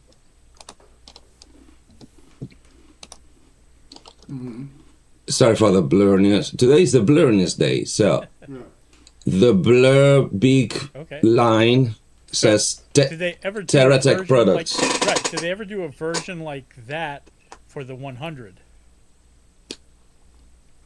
I'm not aware of it. I don't In other think words, so. in that sort of casing, coloring, styling. So Is it half rack in width? Yeah, this one is half rack. Hence Is the one you have 50. rack. Yeah, that's hence the name. The 50, yeah, is and in fact, sorry, this is this is my chassis, but it's sorry, yeah, this is exactly mine because I'm confusing the silk screen from the back with the silk screen from the front, which is the one I'm looking in the unit. Yeah. So that's all you get. You get 2 MIDI outputs, 1 MIDI input, which theoretically is just designed to receive PC messages to change the patches, which is basically the memories that where you assign your splits, your settings, combined with what preset of guitar is it gonna be playing that patch, allowing you, because although I haven't tried in anger, at least with the GR55, you can hot swap the 13-pin cable. Since it's an analog signal, there's no break on the signal flow. It doesn't go crazy. So you can just unplug one guitar and plug a different guitar which could be even going from which could even be what I try, which is going from a 6-string guitar to a 6-string bass, but that never works, so I just have to reboot the system. But you could go from a short scale 6-string tune in a standard to a Fender Stratocaster with a tremolo arm tuning in drop E flat or drop D flat. All the parameters get stored in what this unit calls a patch, which is, let me remove this. Yeah, it's exactly the same as this, really. I'm going to show first the book. Yeah, thank you for that. I'm going to show this. So this is the manual for this other unit, for the one I have. Since you've seen in the picture, there is absolutely nothing you can do in the box itself apart from turning the tuner on and turning the unit on and off. That's all you can do on the actual box. Everything needs to be controlled through the editor, which I assume it served them twofold. One, they could release a half-U version of the tech without screens and buttons and ports and they also removed the 1/4-inch analog input, the monophonic input, so they saved a lot of money into the actual unit, but also because they added a USB port to this generation, is what basically became a perfect storm. So because we put it into USB, we can control it from the software from a computer, and because we can control it from the computer, we can save on hardware. Tremendous. I don't know how much they save, but it would cut their cost to much less than half. You think so? Yes, the box, the knobs, the controls, all the electrical hardware part. That's at least half the cost of any electronic device, at least. Shocking. That's why they make all these synthesizers with 2 buttons, you know. Yeah, Serious. yeah. I know. Tell me about it. They'll admit it. And let's not get into the generation of the jog dial. Yeah. Up down jog dial, up down jog dial, and layers and layers of menus with up down jog dial. Yeah, shit. Money. But the beautiful thing about this though is I mean unless you drop the thing and break it, Oh yeah. I mean, if the thing loses its mind, you can reprogram it through the USB port. I've looked into it, and it's like this thing. If they made software like that would talk to this with sysx messages. Yes. Because you can download and upload all your patches, all the information that through sysx, but you can't edit it that way. And I was thinking if I could dump all the sysx, all the patches to my computer in this, I could probably go through and figure out, okay, these are supposed to be the GM numbers for the 4 splits. And they're all, I could change them so they're not all the same and feed it back in, and maybe it would work. I don't know. I hear you totally. Yeah, that would totally work. It's the editor part of this, not the actual running implementation of it. But, Okay. I assume you because you said you were finding new glitches in your unit. I assume you check the battery, right? The RAM battery. Oh, it doesn't have a ROM battery. Okay. So you did check it. No, it uses NVRAM in it, like an SD card RAM. It's not dynamic RAM kept alive by a battery. There's no Wait, battery. and when did you said this was released? 2000, I think. It might have been before that. So BlueChip is a German company. Yep. Is Terratec a British company? No, Am I right? no, they're German. Also Yeah, German. Okay. Yeah, So it stayed at home. I'm trying. right. And Cubase, right? And Cubase. Yeah. That's why when they said they were in bed with Cubase, I'm like, oh, Germans. Yeah, sure, that makes sense. Yeah, they understand each other. I'm trying to find the date for the manual, but I'm having no luck. Yeah. They could be next door neighbors or something like that, Oh, yeah, they're all in Berlin. No, it could be the same people. They just changed their name to avoid lawsuits. Okay, this is manual version 1.0-9/97. Ah, If I assume /97 is the year, so the manual was printed in 97. yeah. Probably the first prototype released in 96. The wave of this getting to NAM and exploding to the rest of the world, very likely 2000. Yeah.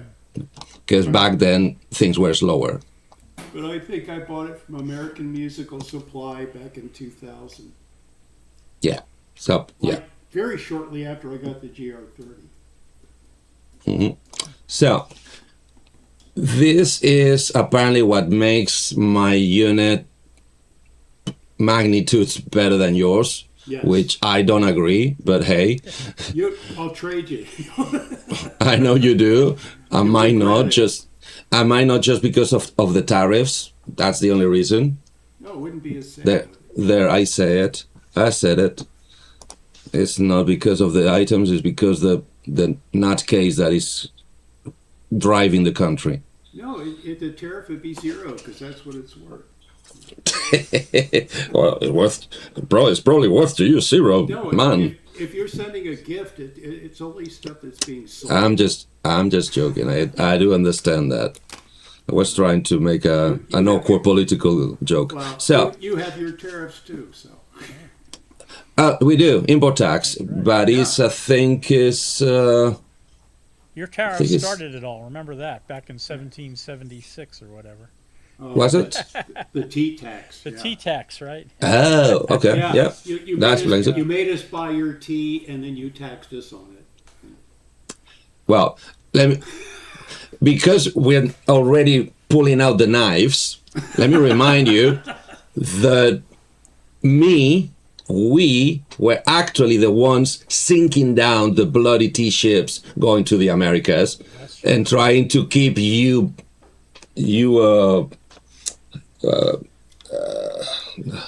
You're talking the Spanish Armada? That's right. Spanish. well, not so much the Armada, but los bucaneros, Oh, piratas y bucaneros, Yes. yeah, Buccaneers. fortune sailors. Yes. Yeah. And obviously under the regime of the royal house, but hush hush, Don't say anybody. Don't tell anybody. So, no, once again, what's with me on words? Well, I could say I've What? had good fortune getting something from It's England Friday. delivered to me this past week or so. So there's hope So- yet. What's the word that the Roman Empire used to designate anybody not from Rome? Barbarians. Barbarians. Thank you. That's right. Especially you, Eddie, because you got a beard. So that's a barbarian, is someone with a beard. Is it? No, Yeah, I that's don't what think it so. meant. No, that's what it meant in Roman. Really? Roman shaved. Yes, they didn't have. I think. Yeah. Oh, So- yeah, makes sense. Barbarian. Barbarian. Oh yeah. I took a year of Latin. I know this stuff. I'm gonna dig into that. Amazing what you learn in a year of Latin. So you're I'm gonna barbarian. dig into that because it's too good of a story to be false. I'm gonna dig into that Yeah, and I get like to the it. end of it. So, back to the 50 make me a AX Roman? 50. Yes, it does. I'm a Roman. Plus, you're blondish because I don't know why American films managed to make every Roman emperor blonde. How? How? Hey, How did you manage I'm a that? red-headed Roman. Yeah. Okay. Yeah. So that means you're Norseman. No, it means there's a barbarian in a wood pile somewhere. Yes. So this is the editor, which is basically the whole unit, controls everything, saves everything, lets you save patches in your computer. And I'm trying to get to this here. So when you get into the unit, it's always disconnected, and it gives you the option to choose your imports and outputs, as in through the USB cable, because this AxOn 50 already came with the notion, and probably that's the link with Steinberg, Cubase. It came with the notion to be applicable to DAWs, because Sure. as you can see, well, I don't know if you can't see. All right, let me change that. Let me remove that. Let's do this thing right. Wait, this should be working. So stop sharing and share screen. Yes, sadly I cannot. This might not work. I'm already sharing it. It's not gonna work. So, because I'm trying to show the pointer and the menus, and for that I need to share the screen, and for that I need to share things that shouldn't be shared. Because sadly, this editor, I think it was designed for Windows XP, so the window is tiny. Yeah. I cannot enlarge it, so I cannot do a whole screen out of it. So you'll have to take my word for it. I can Good see on it. here. Oh, it's working now. Oh, you motherfucker. So when you open your options, now it's not showing. It's not showing you the spreadable menu. So in the input, AxOn figures as 1, 2, 3, 4, 5 connections. So AxOn to MIDI 5, because all the rest is obviously by default you go to the basic, and in the outputs it's two outputs, is a standard and MIDI 2. Kind of silly, because that means that 5 pieces of software can talk to the hardware unit for the sole purpose of, I'm thinking I must be wrong. So this editor also makes a translation to do modulation over USB. So it's modulating some parameters of the patch itself. So it does patch change and probably modulation, digital MIDI modulation of the patch over USB. That's the only reason I can understand for them to have 5 virtual hardware inputs into the unit and only 2 outputs, which is basically 2 synthesizers or computer over USB and 5-pin DIN out. But this first page, for instance, is showing you, this is kind of the global page. This way you set, oh, sorry. To start actually talking to the unit, you need to connect it. Set on connect. The minute, yeah, mine is a little mis-set up, so I need to go through a couple of NAC screens. Luckily, it's not sharing that. Now it's loaded, it's going through the whole process, checking all the presets and patches. Possibly sysax streaming all the settings within the unit to the computer, to the editor on real time, because it's kind of slow, even for USB 1.0. But once you get here, that's kind of your global page. This top tab that says guitar, this is basically, sorry, I can't remember if you can create more than 6, but 6 should be enough. These are the presets of configuration of up to 6 different instruments that you could plug. As in, let's say you have 3 guitars and 2 bass guitars, right? That would be your 5 and a 6 for whatever you want to use it. First thing that you get to choose is your basic channel, which I believe is very similar as how GR55 works. You can choose to send all your data into the basic channel, or if you want to split your 6 strings into 6 MIDI channels, the basic is the lowest. So you can choose, obviously, one. I think it only gives you 1 to 11 option. Yeah, it so goes. Is that the first string? No. Or the 6th string would be that, your basic channel. Both. As I said, if you, in your patch, you choose the patch to be all data into 1 MIDI channel, that would be the channel. Right. But if you choose 1 string per MIDI channel, that would be the lowest channel of the sequence. Yeah, it would be 1 through 6. Although, if you start in 1, it would be 1 to 6. Yeah. Although, it's still giving me, probably because at this point, is set for 1 single MIDI channel, is still giving me the option to go all the way up to 16, right, which would not work if it would be the bottom of 6, 5, 4, 3, 2, of 11 to 16, right? Although I might be wrong, and this unit can do something that 55 can't do, which is actually specify the MIDI channel of the string, meaning that you could skip channels.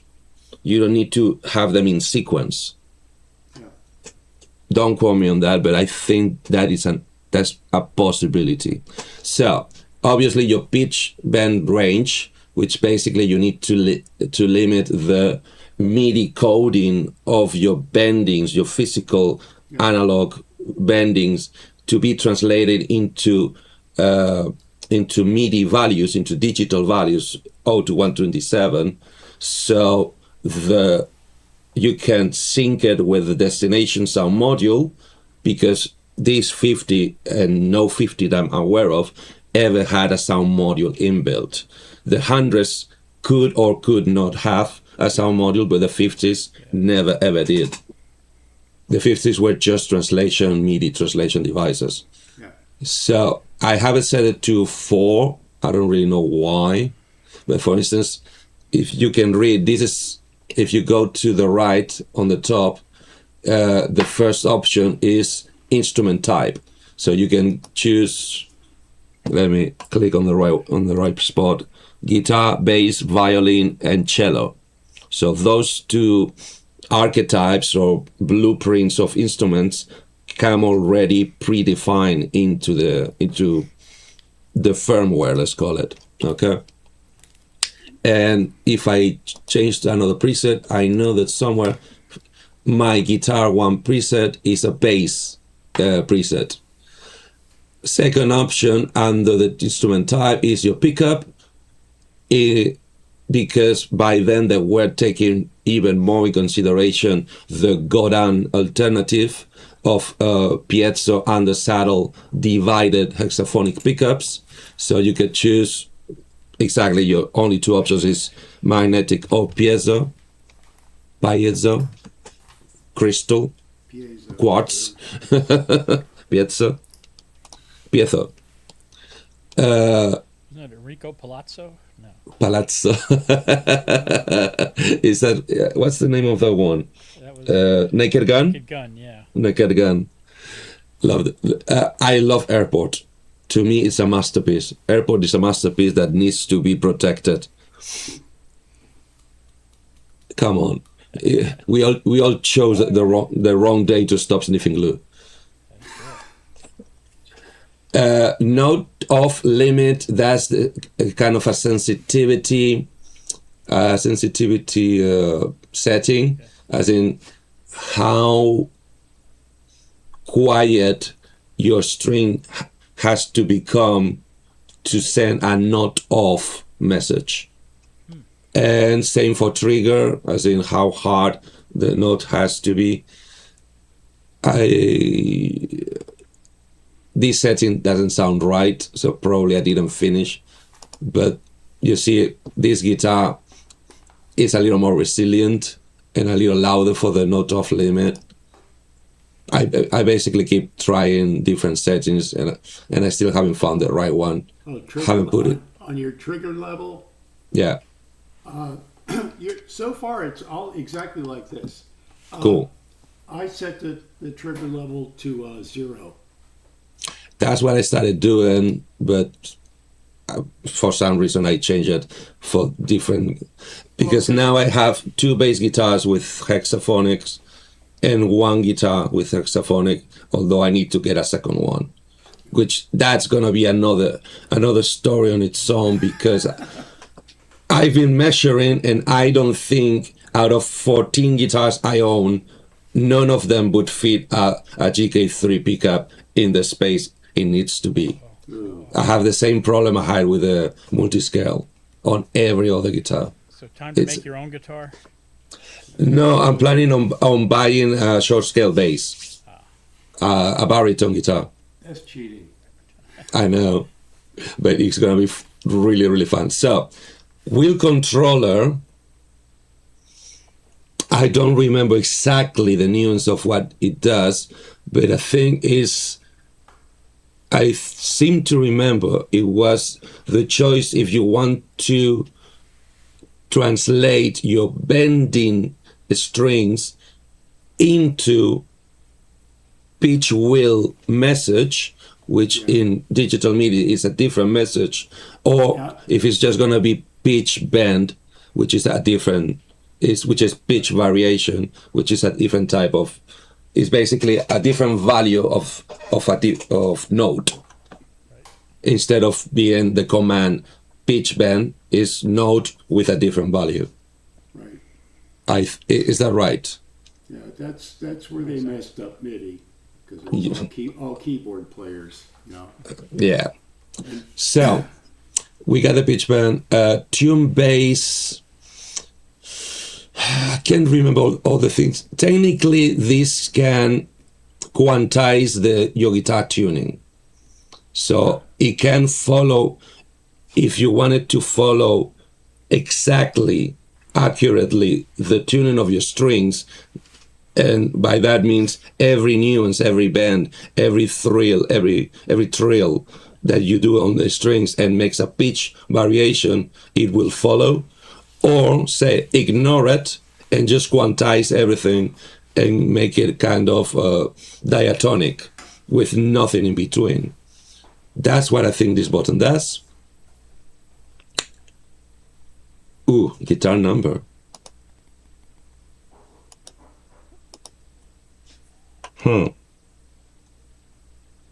Okay, I'm gonna bail on this one. I don't remember what this thing does. Because I think it's related to these tabs here above, but it's something different. So, the things I do know. Instrument tuning, is to specify, since you already have specified the type, is to specify the note that is actually the string meant to be pitched at. So the device can make tell the difference between a bending or a different tuning. What is this for? Let's say you want to have a 6-string guitar into DAT-GAT tuning. Then instead of having the system going mental, looking for E where on the 6th string, it goes to this tab and says, oh, sorry, the 6th string is meant to be a D. So I'm not going to rectify that. Opening and every combination of these tunings, each of these tabs per string, sorry, it doesn't show you, it gives me, I think it's a 5-octave range of notes. The only thing I don't like is that in order to save characters, because basically the tab I'm pointing at is a column that opens downwards, but the width of the column is fixed to 2 characters, 2 AXI characters. Because of the 2 AXI characters and the fact that you have sharps, you have alterations, they don't specify the octave except for the uppercase or lowercase of the letter. But the problem is, oh no, sorry, it's 3 characters. And then combine the octave or the number, which I assume is the octave, is octaves 2, 1, 0 is just no number, but then what it should be, sorry, yeah, because 3, it confused the heck out of me because I don't know if C3 is actually C minus 2, because Right. C3 is the bottom of the range, so it cannot be C3, which is the 6th octave in the MIDI code, because MIDI goes from the acoustic octave 0 below 2 octaves, and from the acoustic octave 7, I think it's up 2 octaves above, right? So you can get all the 0 to 127 notes, the 127 notes. You need to add notes both ends of the piano. But this, the lowest note it can assign is called C3. So what the heck is that? C minus 2 or what? Because it can be C3 in the piano being on the bottom of the range. Yeah. So that's something I'm still fighting. I keep doing patches and trying to see what notes it actually plays, and it confuses the heck out of me. Because this is the global setup. As in, this guitar is always going to be a bass that is always going to use a magnetic pickup. That's always going to be these settings, and it's always going to be tuned this way, physically, as in mechanically, acoustically. So once you decide the tuning of each string, you can save it with a name if it's something that is not a standard, because a standard is already in the menu to choose from. It comes with a 17 or 19 already made options like open B, open C minor, classic, drop C. That's already comes in built in the software. Huh. So But if you, why do they even need to know what the note is? because, as I said, this is the global, and the only thing is left here is the actual magnetic gain that you apply Right. to each of the pole pieces, right? Right. Why do you need to make it that convoluted? Because when you go into the patch, into presets, You see this headstock here? Yeah. There. Then you can transpose MIDI-wise to whatever the fuck you want. Right. But it needs to know where does it come from. Oh. So it needs to know what is the origin mechanic note. So when you transpose it to whatever the heck you want in the patch, Right. it knows how much to deviate the pitch. But as soon as you play the string, it's going to know what the note is. No, because to make the detection faster, and that's one of the drawbacks of the Roland systems, it takes longer trying to decide what is music and what is noise. Yeah. This system rather to be told, to know beforehand what is the origin, so whatever detects afterwards is just performance variations. He doesn't have to decide, is this a note?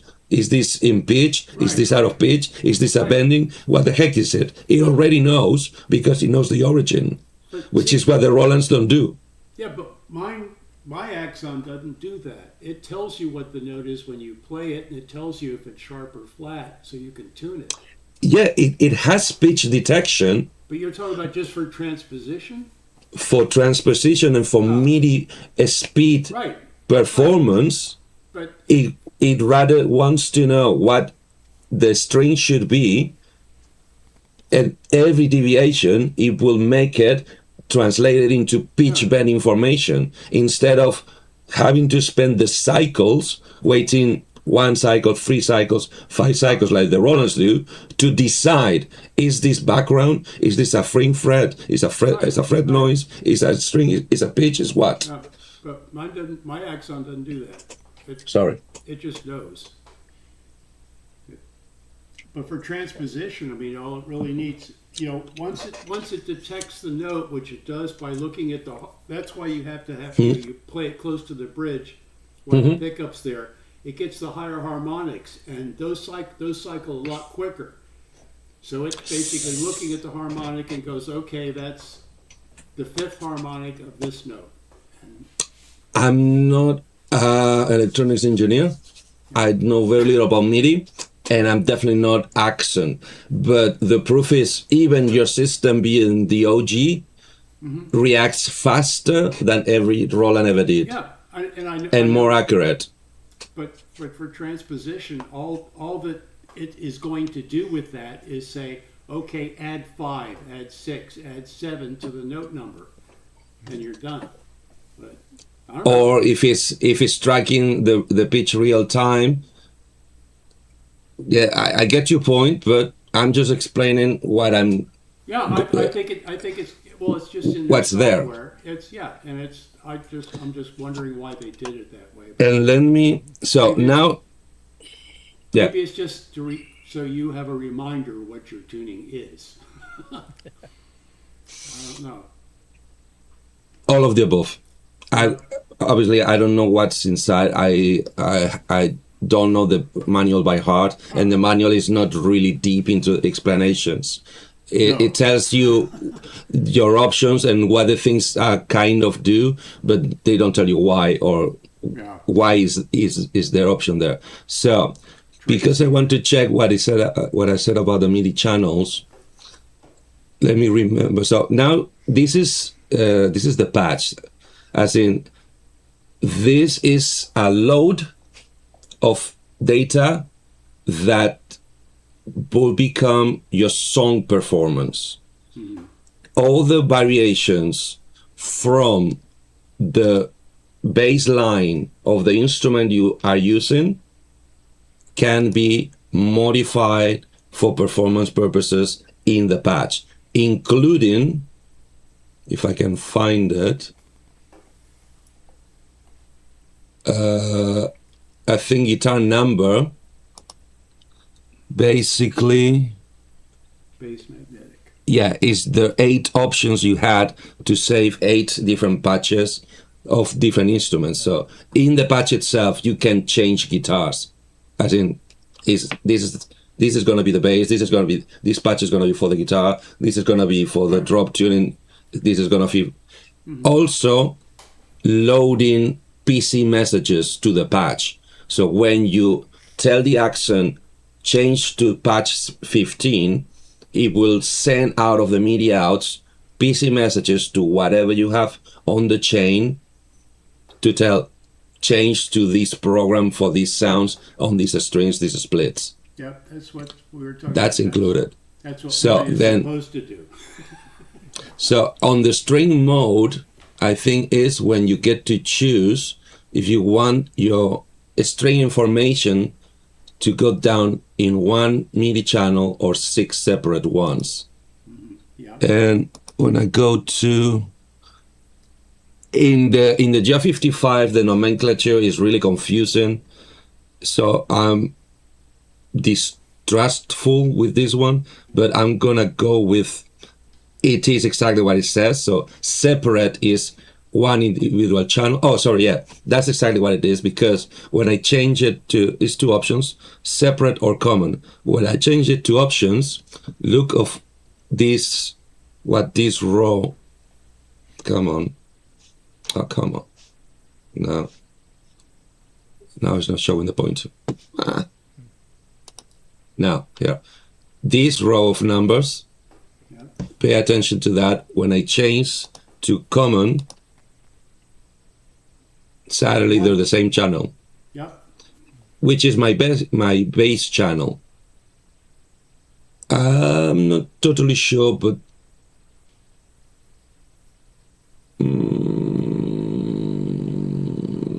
I'm gonna shut up because there's a chance you can also change that MIDI channel, because this is the default one, the base one. Yeah. But there's a chance you might change it. So if I put it back on separate, if I go back on separate, now I want to know. No. Oh, so here in MIDI output, you choose either the basic channel or one of the 16 MIDI options. So you can have the AxOn reading MIDI channel 1, but if you go on, wrong screen. If you go on common, you can alter the common channel that you're gonna be using for dispatch. That was back in the global, I think. No. This is here where it says MIDI output. I know, but Can you see? right. But your basic channel was back in the global. You can use basic, which is Yeah. whatever you set up as Yeah, right. as here. Or if you don't need it, whatever, you can go to Alright. any other of the 16. Sorry. There you go. And you see that now this patch and this patch alone is sending all the 16 information into channel 8 instead of channel 1. Oh, So just with but your PC messages are still being read only on channel 1. So it makes sense. really? Basically, and it makes very much sense for me because I discovered this little device from TC Electronic called the G minor. It's basically it's like a microphone table stand bottom, like a fast face with 3 buttons, which its only purpose is to send MIDI messages and MIDI information to units that can be controlled through MIDI. For instance, PC up, PC down. And that's What do they call it? G minor, G minor. TC Electronic G minor. You have to look for that. Obviously discontinued, but you can get it fairly cheap in eBay. That's why I'm getting spares. I'm stocking. Because it can send notes, it can send play, pause, and stop messages. The only thing it doesn't do, and that's the only thing it bugs me, is it doesn't have MIDI through. If the chain that you put through the G minor has any information that is not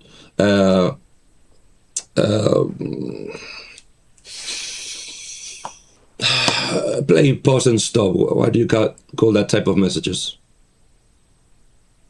Transport Yeah.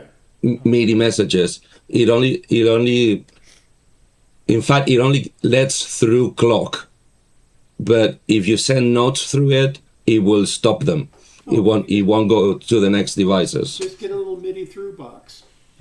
Exactly. But with that one, I can have one single unit, which is up and down, to change all my MIDI float units into the PC presets I need, right?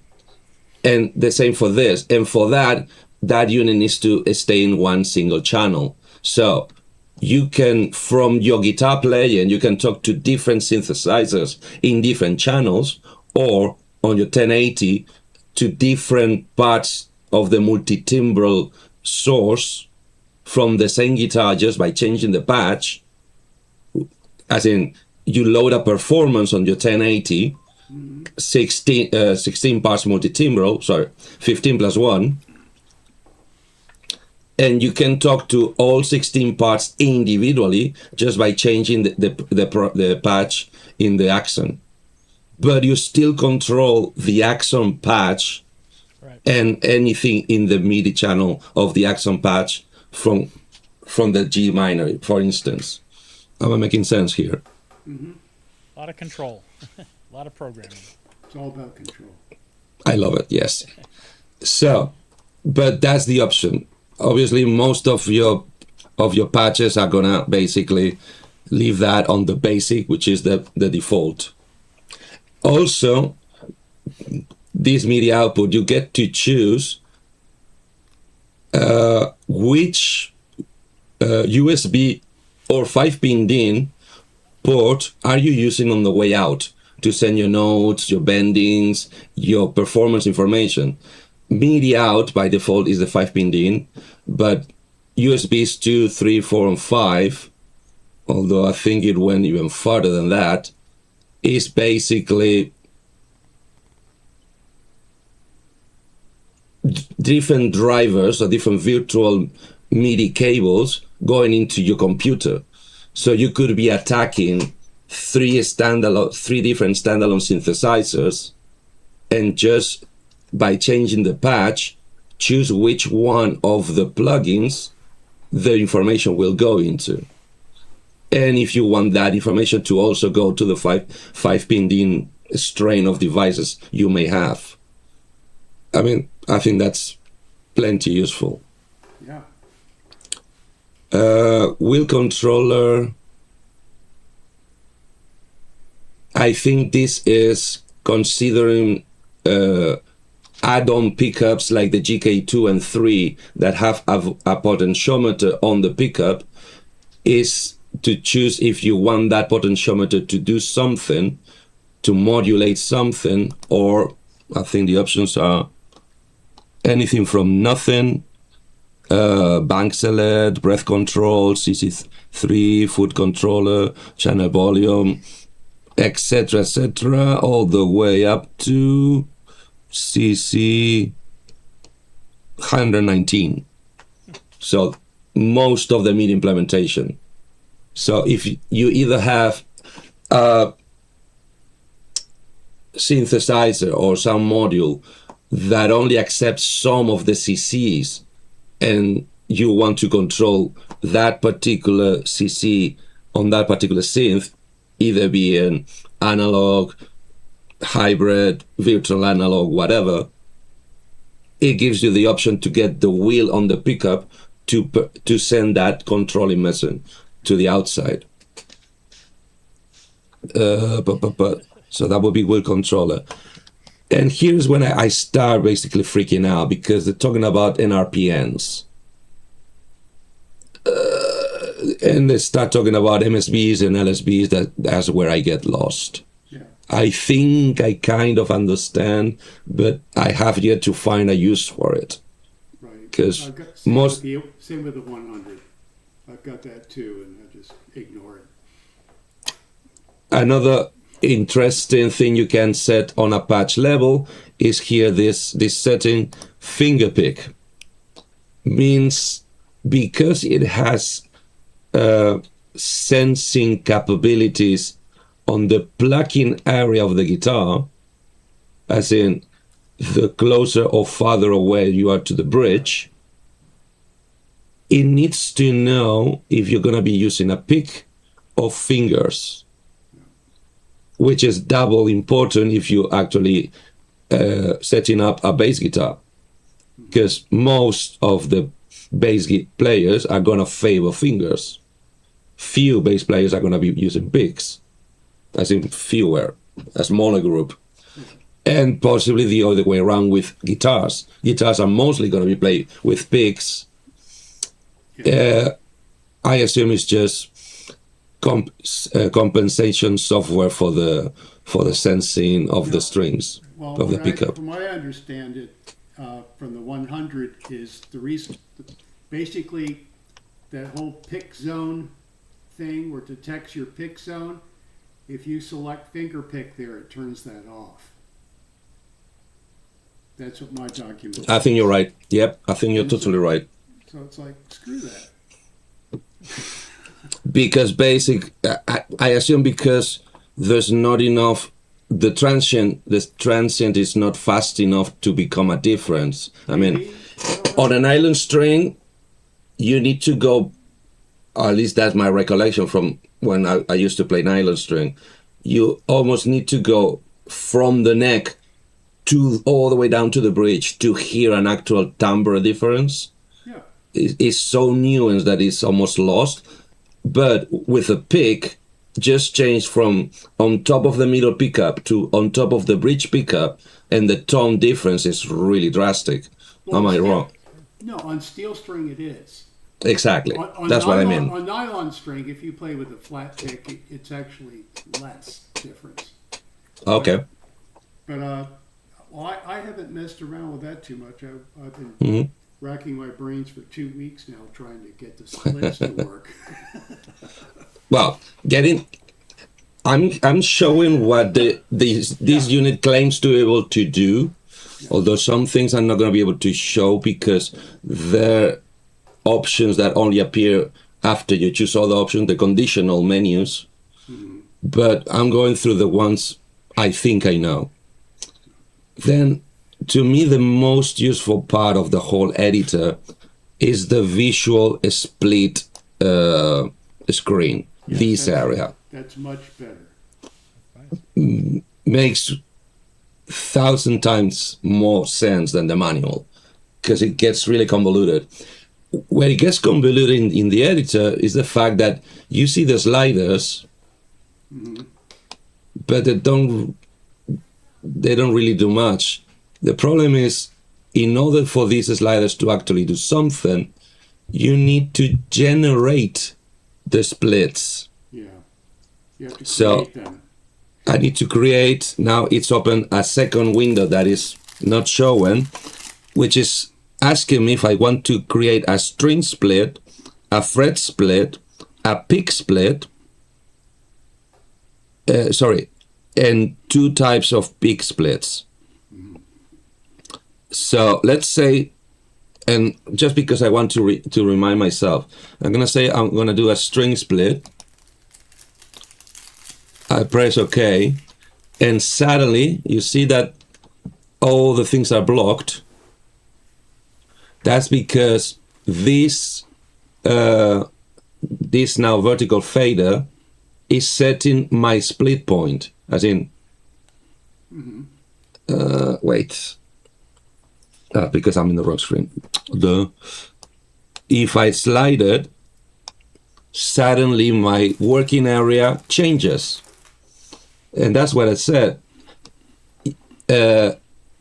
You can do any combination of 2 areas.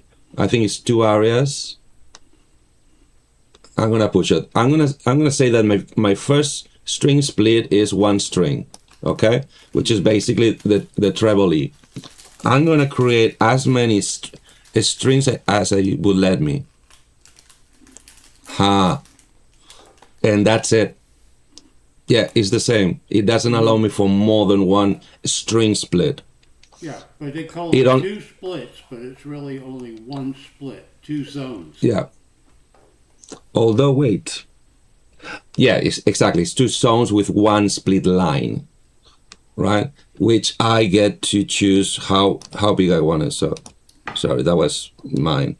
So obviously the standard is going to be 3 and 3, because that's the best way to be able to play some scales of some sort on both timbres of the multi-timbral setup, because that's basically what we're doing with all this splitting, is making a multi-timbral instrument out of a 6-string guitar or 6-string bass guitar or 5-string in today's case.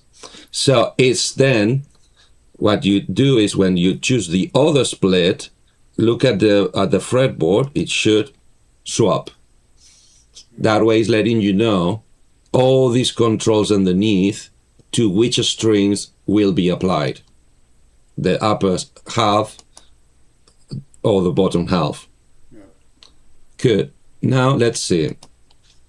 Fret splits. How much fret splits are you going to allow me to do? Okay, that's not confusing. That's a fret split, but it's called also a split. But you see, it's now showing me only one open quarter. Right. That's So that exactly the same. So now with this slider is when I get to choose which fret is going to be my split point. Yeah. But it's doing it on a visual way, which I think is awesome. That is, yeah. I'm trying to find, this one. Obviously, the default most brainiac for guitar players is 12th fret. That's the split. So you get one octave, and the next octave is a different voice, a different timbre. But let me see if it should allow me to create technically. Okay, let's not elucubrate. So,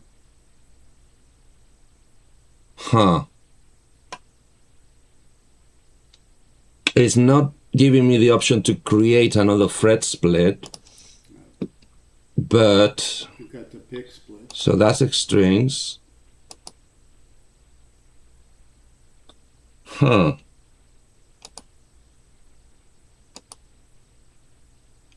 Yeah, there's something I'm doing wrong.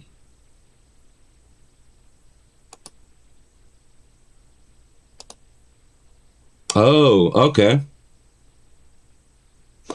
It allows me to do another fret split if I go back to the string split. Now I have two string splits. Once again, not confusing at all, the fact that they all are called the same. Yeah, But at least you have the visual confirmation that what you're working now, it's in quarters. right. So this quarter, the other quarter, this quarter, and the final quarter. Yeah. I don't understand how applies to the what it would be called the pick splits, the area on top of the pickups. Because first of all, the graphic suggests that it's going to divide it into 3. It's going to use 2 pick splits and divide your already string split into 3 areas, which basically when you finish with all the options, you're going to have 4 timbres on your neck and 6 modulations on your pick. That can get wild very quickly. Yeah, but from what I'm looking closely, what they say it does, and then when they explain how to do it, there's 2 pick splits. I'm being picked. Yeah, it's 2 split points pick-wise, which divides the area between the end of the fretboard and the bridge in 3 zones, like is shown here in the graphic. You see these 3 black boxes with 2 gray lines. I'm being paged. Okay. Let's just give you some privacy. for the second. So, what's going on?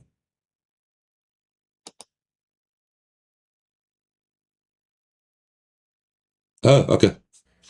Is this what you use for your show? What do you mean? The AxOn 50. For the What do you mean, my Southwest, show? the Synth Southwest? No, that was 55. That was strictly the Rollins. Yeah, and for that I didn't wanted to, or did I? I thought about doing string split because 55 can only do string split. So these 4 quadrants, forget about it. And if you want to split in different MIDI channels, they have to be in succession. And if you want one single channel, same as here, you can choose which one, because you're actually changing what the AxOn calls the basic channel. Right. Okay, so you cannot have one of the patches in 55 jump into a different basic channel. You stick to the same basic channel the whole gig, basically. Are you following so far? Yep. Awesome. So, and these 2 faders, drum screen again, basically lets you change the, let's get guitar full back on. I'm back. Hello. So these 2 faders here on top and underneath the pickup area is what will allow me to, that's why it's 2 faders. Okay. So it's not 6 independent zones, it's 3 independent areas with a string split. So from the top, that variation, that quarter, that timbre, let's call that the bottom, that's going to be the bass synth, right? The bottom strings on the guitar. Sure. The 3 bottom strings, or the kick drum. You would think so. The opening tune of the show, I did it that way. I used the 55 to play the drums on the guitar. Not for live experience. It's so mysterious and it's not funny. For recording, nah, so. But for live, not even a chance. Because the problem is that with drum maps on the MIDI guitar, is remember the guitar, it has multiple copies of the same note. MIDI don't understand timbres of the same note. If it's the same pitch, it's the same number. Right. So it cannot split, although it tries thanks to the divided pickup. When it comes to a drum map, they don't want to go the extra mile, and they basically, if the snare is in number 35, it's gonna be on number 35, let's call it the note A, on every A note of the same pitch in the fretboard. Right. Meaning, to have the snare, crash, ride, and kick drum on a fretting hand location, you basically need to start MIDI transposing the notes within the string so they come close enough. Because on a keyboard, it's just 5 notes in 1 octave, is 1 hand. Kick drum, snare, you can do 2 fingers, it's here. Problem is here in a guitar, is vertically is half the neck because of the repeated notes. So not so much fun. It's not really fun. So we're back on the string split. Is it gonna allow me? So now it's allowing me more pick splits. Let's create another one. And what else? And that's it for this layer. But if I go here, I have another pick split. And Nothing. Nothing. I think I'm done. I think that's the max of the unit. Yep. No, I got 2 more pick splits. Okay, I'm just gonna max it because I've never done it. Huh. Yeah, my That's understanding was that pick splits were entirely separate from, your note splits. In other words, your string and fingerboard splits. Yeah. They were just strictly Well, for this is allowing me. I don't understand. Huh. This is giving. See, it keeps going. So you got 6 zones for pick. Now, remember, pick splits are not timbres, are modulations. No, that's what I mean. They're modulations, or for whatever you want. It's not a note. I'm not really telling you. I'm Yeah. trying. I'm preventing from people getting as confused as I was, because it doesn't really make much sense. It makes sense because those pitch informations or those timbre informations don't come attached to a pitch. Therefore, they don't come attached to a MIDI, to a note. Doesn't come attached to a MIDI note. Doesn't come to a number. So the system cannot pack it together with a Right. coordinate. Right. That's why it can only sense proportions or variations, changes. I said, oh, this is brighter than this, or this is darker than this, or this is, it's basically brighter or darker. That's what's sensing in the pickup area. But I'm trying to max it to see if it will allow me any more. Jeez, it keeps going. What the heck? Okay, you see, because it keeps going, makes me think that it's not actually defining acting places, but parameters to modify for the same position. Roland has, at least on the Boss and Roland on the floor units, they have this thing that they call assigns. So you can have one CC assigned to more than one parameter to modulate. So I'm thinking that all these stupid 11 splits, and if you look at the page at the squares, is basically going through the same positions, but because you can change what that position in the string scale, in the string length can do, that's why you can pile up more than one modulation on the same plug in place.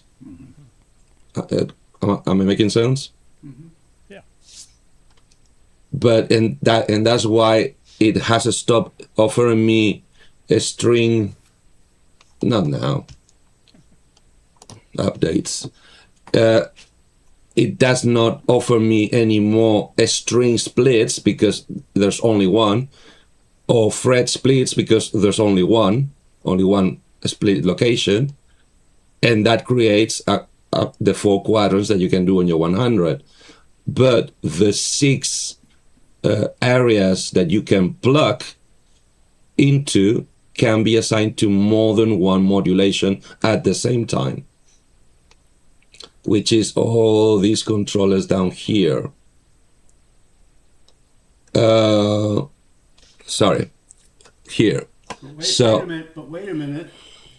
Your pick splits on your bass strings there aren't going to do you any good when you're playing on the treble strings. Exactly, because they're meant to change something different. No, but I mean, you can't.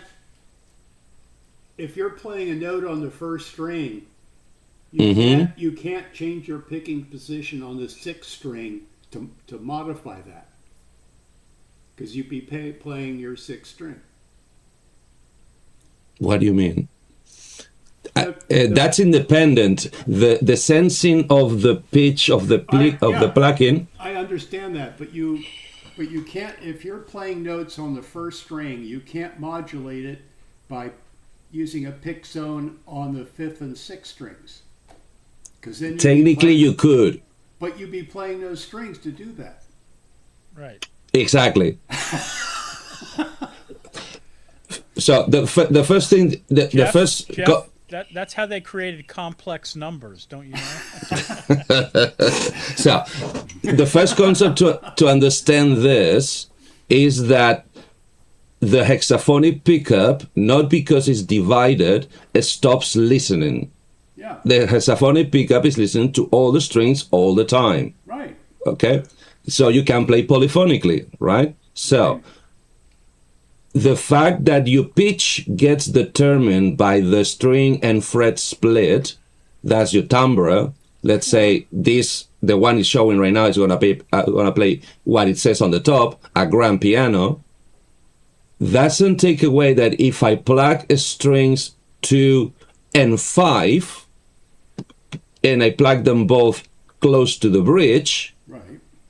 it won't apply the modulation that the string 2 bridge peak split has assigned, and the modulation that the string 5 close to the bridge has assigned. Right. The fact that it would play both notes could be convenient or a palava, because obviously we'll be playing a string 5, which would mean the split, let's call it, and in fact, let's try, and that's what pisses me off. Now I don't know which one I have to click. That one, okay? Right. That one, I'm gonna come here, and because I can, that's gonna be called cello, okay? The fact that I'm plucking piano and cello strings doesn't take away that I might be modulation the brightness and the LFO speed at the same time, Yeah. because these 6 splits, not only all 6 of these peak splits can do more than one modulation, but they are acting all the time. They're sensing all the time. Yeah. But I'm just saying that what if you want to do LFO modulation on a note on the first string without playing the fifth or sixth string? Exactly. That's why you're going into trouble. You get in trouble because the cello is going to want to sing, unless, and that's my first thought, you try to do what I tried to do in the Synth Southwest performance, have one expression pedal to control the volume of each timbre. Yeah. So by the time you want to plug string 5 just for the modulation, you could be turning off the cello. So the cello note will not come out, but the modulation would apply to the piano. But it makes performance a living hell, Well, you and you have to write everything. Improvisation is off the table, but it's doable. yeah, but Practice, practice, use, practice. Use a pedal for your LFO modulation, and you're done. But how many foots do you have? 2. If you're sitting down. And this expands those 2 modulation options to possibly 12. Yeah. If you start stacking modulations on these 6 picking zones, and obviously, although what I don't buy, I don't think is gonna be accurate, is if you do things like this, I need to see it to believe that the middle zone is gonna actually do something. Yeah. Because attacking that narrow spot when you're playing guitar, even if it's something that is not as low as a waltz, right? I don't think that is actually feasible. You need to get either stick to two areas, one single pick split, or you need to give enough room for the pick to wiggle, Yeah. something like that, or Yeah. or in that area. But at least it's doable. So other controls, and that's when I start getting lost, because when I first tried to learn this, most of these things meant nothing to me, like MSB and LSB for the program. Later I learned that that's just if you go to things with huge memories like the 1080, is to change banks, is which 1 to 27 sound program in which bank. But it took me 5 years just to understand the concept, and another year to realize that you need to be able to decipher the MIDI implementation of the synthesizers you own. Yeah. If you're lucky enough that you have the sheet with the MIDI implementation, Well, to be able to decipher that into MSB LSB, because they don't tell you. well, the It's thing not is, a I feel like a lot of, I mean, anything I've ever seen that uses that level of sysex spells it out. Now it's still voodoo, Russian to me, but the fact is, like on certain synths, if you want to control basic parameters, you either have the mod wheel, or you got to start diving into the NNRPNs, because all the controls are so vast that they're not just MIDI CCs. Yeah. And exactly. and that's, So, for instance, I think, let me see. So this type of options of controllers, it's either you do it or you don't. Volume and panorama. right. But So this other and then pan speed is also fixed. If you use pan, then you get pan speed. I guess exactly. It gets grayed out. But these three are free assignable. So basically, yeah, it's 1 to 119. I don't know why this system stops in 119, but you can control anything you want. And once again, this is attached to the split. This is not attached to the patch. So you have multiples of multiples of multiples. sure. Then the peak control, are you familiar with this?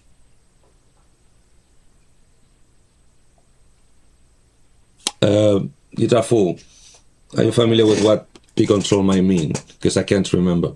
And the options is basically giving me the CC list again. Yep, I never got that far. I've just been fighting with the splits. Yeah. Then this is the other one that is kind of really confusing, because it feels redundant, because this is, are you going to be sending notes out or not? Why wouldn't you be sending notes out? Oh, if you're just doing, I mean, you could. You use, want to mute an you area. could turn your guitar completely into a modulation source. Controller. Right. Or, As Yeah. a controller. For dimming lights. Yeah. That's it. And I'm also, thinking of changing the channels on the remote on the television, or something like that. But also just the idea, like if you had something that's playing yeah. where the synthesizer's playing, right, like a drone, let's say, Mhm. but now you can come in and change parameters. Two examples. Whatever. The one we were talking before about two modulations without two of the sounds, leaving one chunk of the fret for that particular song, because the patch changing is as fast as MIDI PCs. It's really instant. Yeah. So you could be changing all this setup for the bridge, for the chorus, or for the solo, right? Right. So you could want the solo to have the three fretboard splits that you're not going to be soloing in mute. So for that patch, you just mute 3 zones.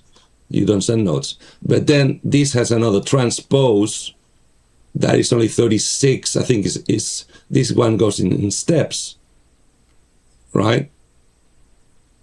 36 up and down, which is what, 3 octaves? Yep. Right? But then, as I said, in the patch, you can redefine the note that each string is going to be playing, actually playing, sending out to the module. So why would you always want to transpose? See what I mean? Yeah. Yeah. Then, and then, sorry, yes, go ahead. That's why I didn't understand why you needed to tell it the tuning if you're going to have transpose. It just, no. I never claim to have every answer. I know. It just, I'm just trying to make sense out of it. Yeah. But then this velocity sensitivity is also tweakings to the performance. yeah. And oddly enough, this to me makes a little more sense from that point of view that I'm going to be changing patches not only per song, but only per section of the song.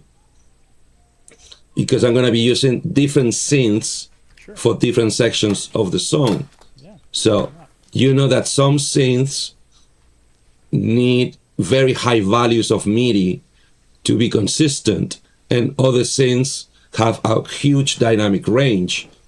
And sometimes even some voices in the same synth, obviously I'm thinking about rumblers, have wider dynamic range. They're most sensitive to dynamic variation than others. So that would be kind of a trim, or as I said, an offset, because in fact the offset Yeah. In my is manual, it's on page, well, in your case, page 32. It Uh-huh. has their graphic, which is, you might not find any easier to understand. The sensitivity, velocity, yeah. But remember that we already set the bottom line here. Right. So that's what the pickup actually can hear, how good hearing the pickup is going to have. But then you can offset it and trim it at will per patch. Right. And also, you can remap CCs, which to me is basically the NRPNs. Get all the empty ones to do specific things for specific synths and or plugins we need to add in 2026. And I don't know. Okay, this is the PC mapping, because it's called MIDI mapping, but it's the PC, the program change mapping. As in, when you get MIDI program so-and-so, which preset in the AxOn are you actually going to trigger? Are you going to get? Because, you know, we know that some synths only understand 1 to 64 in that order, and they're not reassignable. And then you want to play it with another that for whatever reason you need. For instance, this is an example I get to do all the time. I'm using the synthesizer pedal board and the audio, the audio process, the guitar processing pedal board combined. Sometimes I want to change, let's call it from piano to cello in the synth, but I want the bass guitar to remain clean with the same clean patch.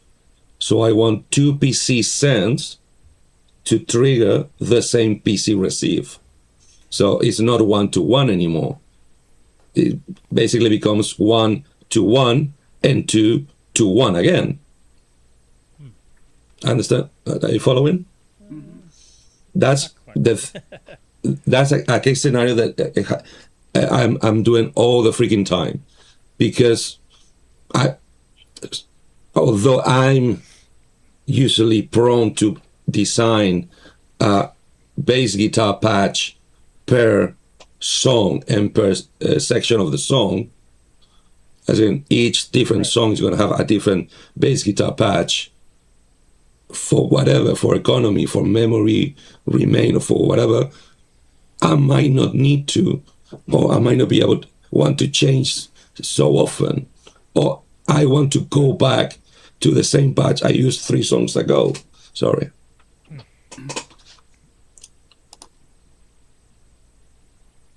Well, you're more likely, for example, to keep a bass sound static while you're changing your lead sounds or something. So The synth sound on top, exactly. That's the first reason for this to be able to be remapped. And sometimes, like in my case, 55 and GT6B, they're both remappable. But if you go back enough and not that far back in time, tech wise, many units were not remappable. 1 was 1 and 2 was 2, and that was it. Am I right? yeah, no, remapping is a useful feature, but it's so powerful, and you got to watch out. But it's kind of cute the fact that this went for the vintage 1 to 64 and 65 to 120, 128. Oh yeah, It's like splitting the MIDI specification in 2, right. like my Alpha Juno. Oh yeah, that's like what I've been dealing with here. The Matrix 1000. I've got a program change module in VCV that's very nice, and you basically tell it what you want the next program to be, and then at some point you clock it and say, okay, send that, and it does it. So I've been programming the Matrix 1000s have 1,000 patches, but they're in banks of 100, not 128. Right? Well, that's easy, right? That was the logic.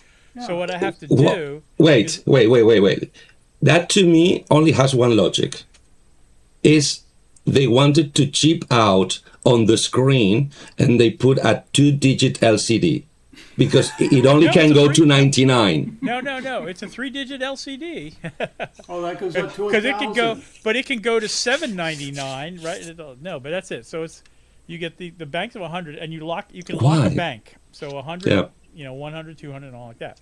So basically, and one thing I do is I'll basically put a sequencer on the program change number, right? So have it go from 1 to 128 if you want to audition everything in a synthesizer, something like that.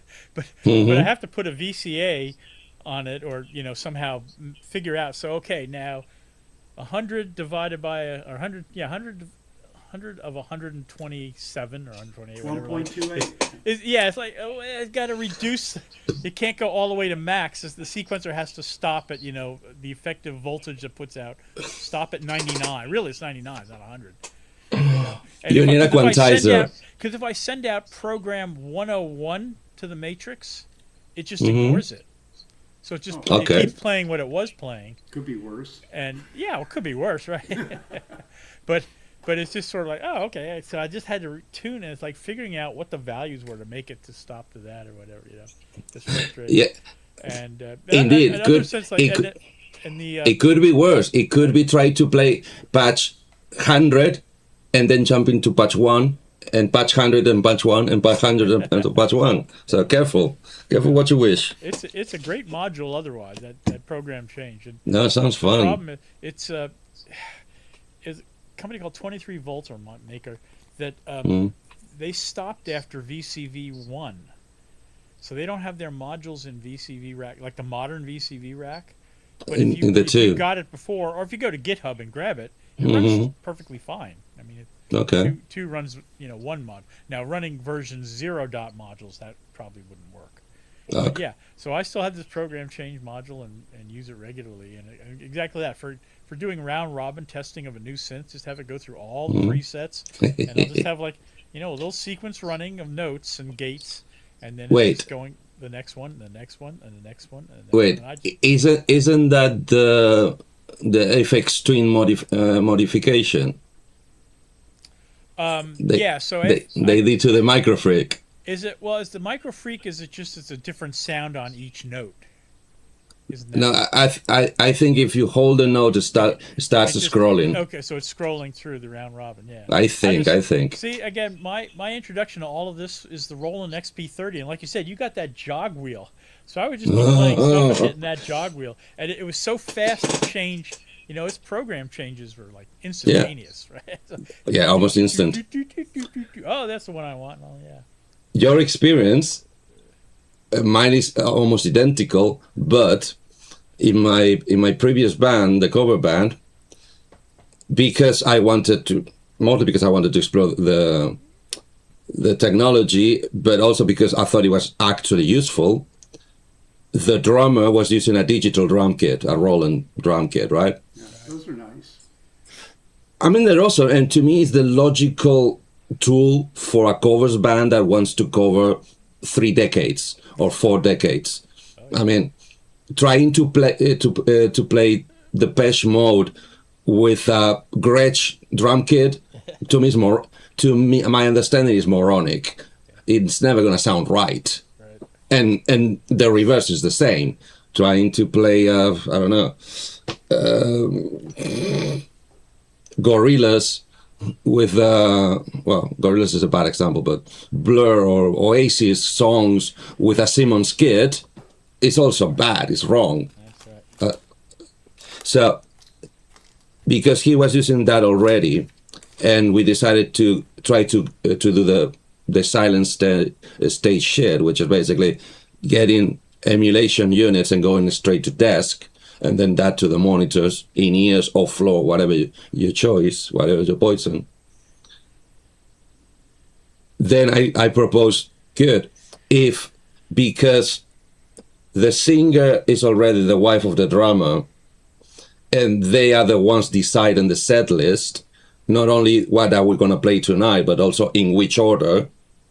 Sure. And they like to chop and change. Of course.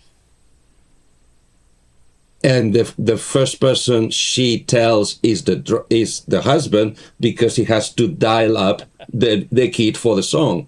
Okay, the preset. Why don't we change the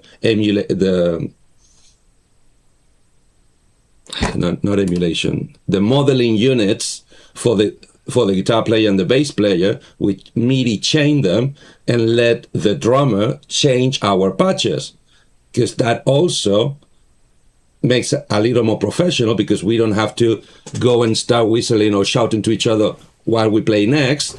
The drummer changes, we look down on the screens, and the screen tells you the name of the song. Come on, it's basic, how do you call it, teleprompter. It's the most basic teleprompt. The problem is, one day, luckily that was in practice, I didn't stop playing when the song stopped, and the drummer started dialing for the next song, which he had to jump 7 or 9 songs. And suddenly my doom started became doom. And they were like, go faster! Yeah, I want to use this. This is awesome. Can you do that again? Can you do it again every night? No, I mean, it was really awesome, because at that point, you probably want to get the singer to do it, because then she could just have a little box and stand there spinning the wheel while you're playing the bass and he's playing the drums. Yeah, for the whole that's why she didn't do it, because her box with a little wheel was nothing but an iPad, which she wouldn't buy the MIDI adapter for the iPad. That's why. I spent 2 years and a half trying her to start using Songbook. Have you ever heard of Songbook, the app? I think There's so. an app for iPad which allows you to do a collection of songs, which could be just lyrics or the whole music sheet. That's up to you. And attach to each page that you swipe on the iPad a PC message out. So when the singer or frontman goes to the next set of lyrics, the whole band changes patches at the same time. Right. That tech is out. She wouldn't get it. I think she wouldn't buy it, and she wouldn't understand how to use it. Both. Yeah. Well, I might have been No. in the past. I don't know. They were a little too old school I've for got me. this little app. It's called Yes. Knob Lab. Is that it? And you buy however many. Like I just bought the one knob version, but it puts out MIDI Bluetooth, so you have your on the other end. And I can basically say, okay, I want MIDI CC 28, and then I can I'm controlling MIDI 28 here on the phone. And I tried it a little bit. It worked. It's fast enough. Okay, so that's my question. Obviously, that is designed to work with MacBooks and iPads. Okay, Well, the phone, 'Cause- yeah, iOS. with Apple environment, right? Yeah. What about Weedy? Would Weedy understand the MIDI over Bluetooth from Macs and make it 5-pin in? No, but they have a box. So I've got their BT MIDI 6 box.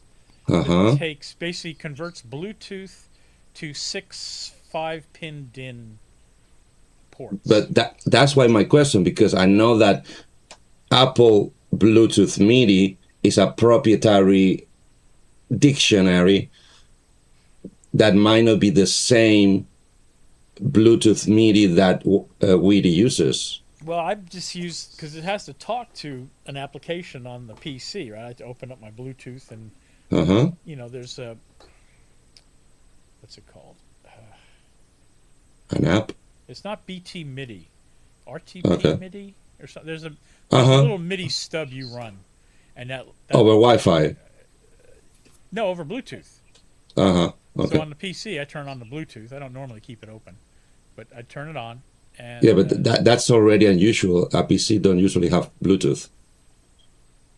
Laptops have nowadays. Windows laptops have Bluetooth. No, but mine does. Yeah, mine does too. Cool.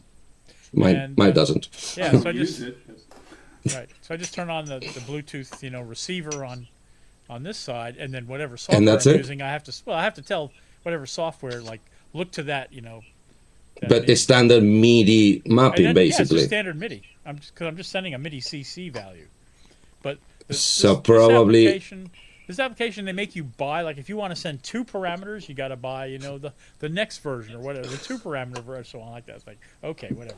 One's fine.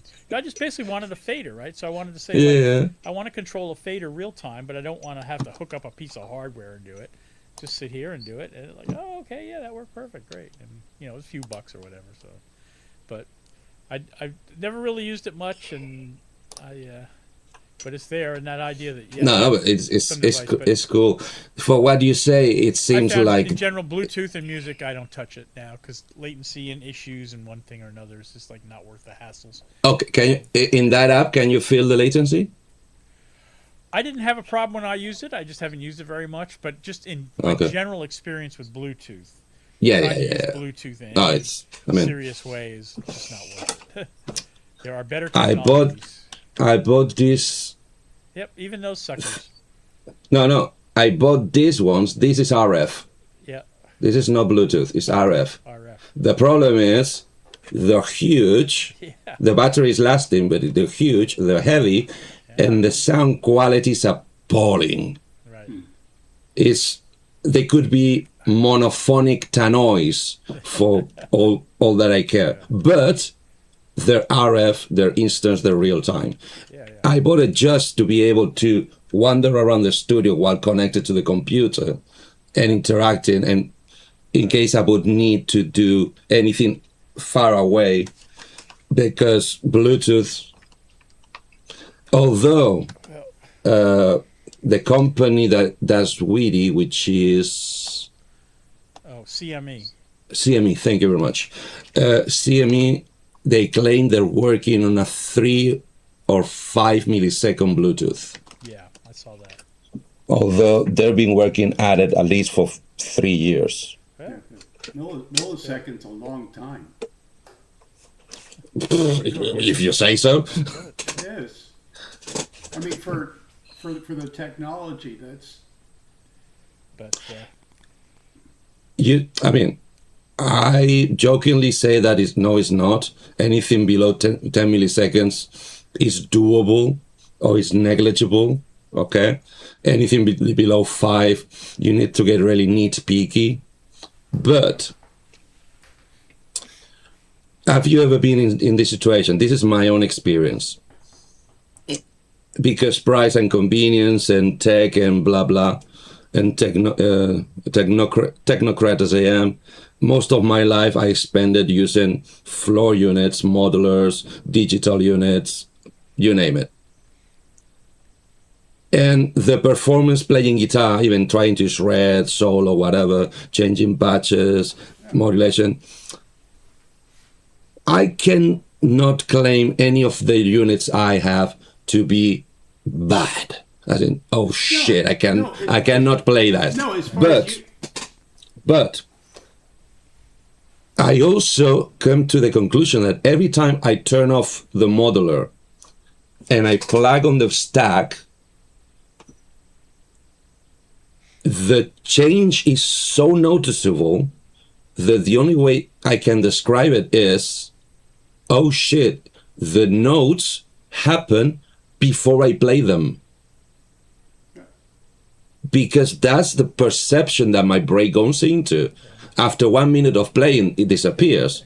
Yeah. The stack becomes normal, and when you get used. It's like the latency in the GR30 as opposed to the AxOn. It's back to back. It's noticeable, but the GR30 the latency didn't seem that bad to me. But I'm talking about the technology. When you're transmitting at a megahertz or a gigahertz, you say, oh, we're going to have latency of like as if the frequency was a kilohertz.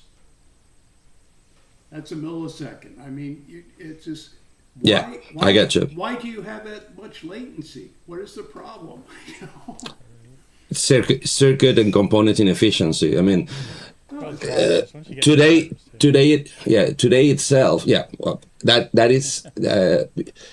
that's assuming that you stay on the digital realm alone. But the problem is we are dealing with the crossover situation all the time. Analog going into digital into analog again all the time. And that is piling up. Yeah, it does. So and I lost my train of thought because it's like MIDI. I mean, the hardware specification for MIDI where you use opto-isolators on the receiving end. The latency in those is horrible. I mean, you've got an LED that's got to come up to brightness, and it takes a long time, really. So that's why I've got I don't want to daisy chain my synths. I use basically a MIDI through box. Yeah. Yep. And it's the best thing. In my own experience, it's the best thing. The minute you have to hook up more than 3 items, you need to start putting things into boxes. So I recover my train of thoughts. The analog, even the hybrid analog into digital era, you can describe to anybody that is not familiar with the tech or doesn't understand the concept, the inefficiency of the process by saying to that person, touch the device. The warmer it is, the longer it takes to work, the more inefficient it is. The temperature of the device you put in between the human flesh and the sonic perception, the hotter it gets, the longer it takes to work around, and the more inefficient either power, frequency, time-wise, all together, combinations of the 3 elements. Just touch it, and you'll know it. Until you start using machines that are ice cold all the time, which you're getting with switching power supplies and Class D amplifiers and DACs, we're getting there, but we still, even laptops, start doing music in and out, as in playing out to the physical audio world for 10 minutes, 20 minutes, any laptop, touch it. That's the inefficiency. That's the latency. That's where all the unrealistic and analog thing is going to. And even if you stay on pure analog, the more pure analog you stay, the warmer volume-wise, efficiency-wise, although the speed doesn't suffer that much and still suffers. But just touch it. It's crazy. Guys, we should release the viewers because they had a very long experience by now. So please don't go if you wish. We can have a chat afterwards, but I just need to close the show for tonight. So in inverse alphabetical order, I'm going to just send you politely to the waiting room where you can leave or wait. It's up to you. Right. Mr. Angacrom, I hope to see you. Give me a second. I'm getting to there. I hope to see you on Friday, the 5th of June. Yeah, that's right, June. Yes, we're already. I can't think of anything right now that would prevent me. But if you do, just let me know. Okay. All right. Thank you so much. Take very much care, and see you very soon or in a while. Guys. Take care. Mr. Guitarful, your synth guitar demonstration was delightful. It sounded very, very nice once we tick off those settings in the StreamYard. No, it did make a change. The problem is then it was a little quiet, but it sounded so nice that it didn't even sound like the people expect from a synthesizer. That's how nice it sounded. Thank you very much for your knowledge, your patience, and your help. I hope to see you on the 5th or in a minute, up to you. And I'm open. I'm glad to hear that. I will be welcome. I'll be here welcoming you and counting the minutes to meet you again. See you very soon. Okay. Take care. Okay, people, that is it for today. It has been long enough. That was our experience of our AxOn items. That's what they can do. That's how they work. And that's another option that you can buy secondhand. In most of the usual outlets, call it Reverb or eBay, whatever, Marketplace or even Craigslist, if that's your poison, in a way of speaking. It's getting late. Thank you very much. See you very soon. Take all very good care. Bye-bye.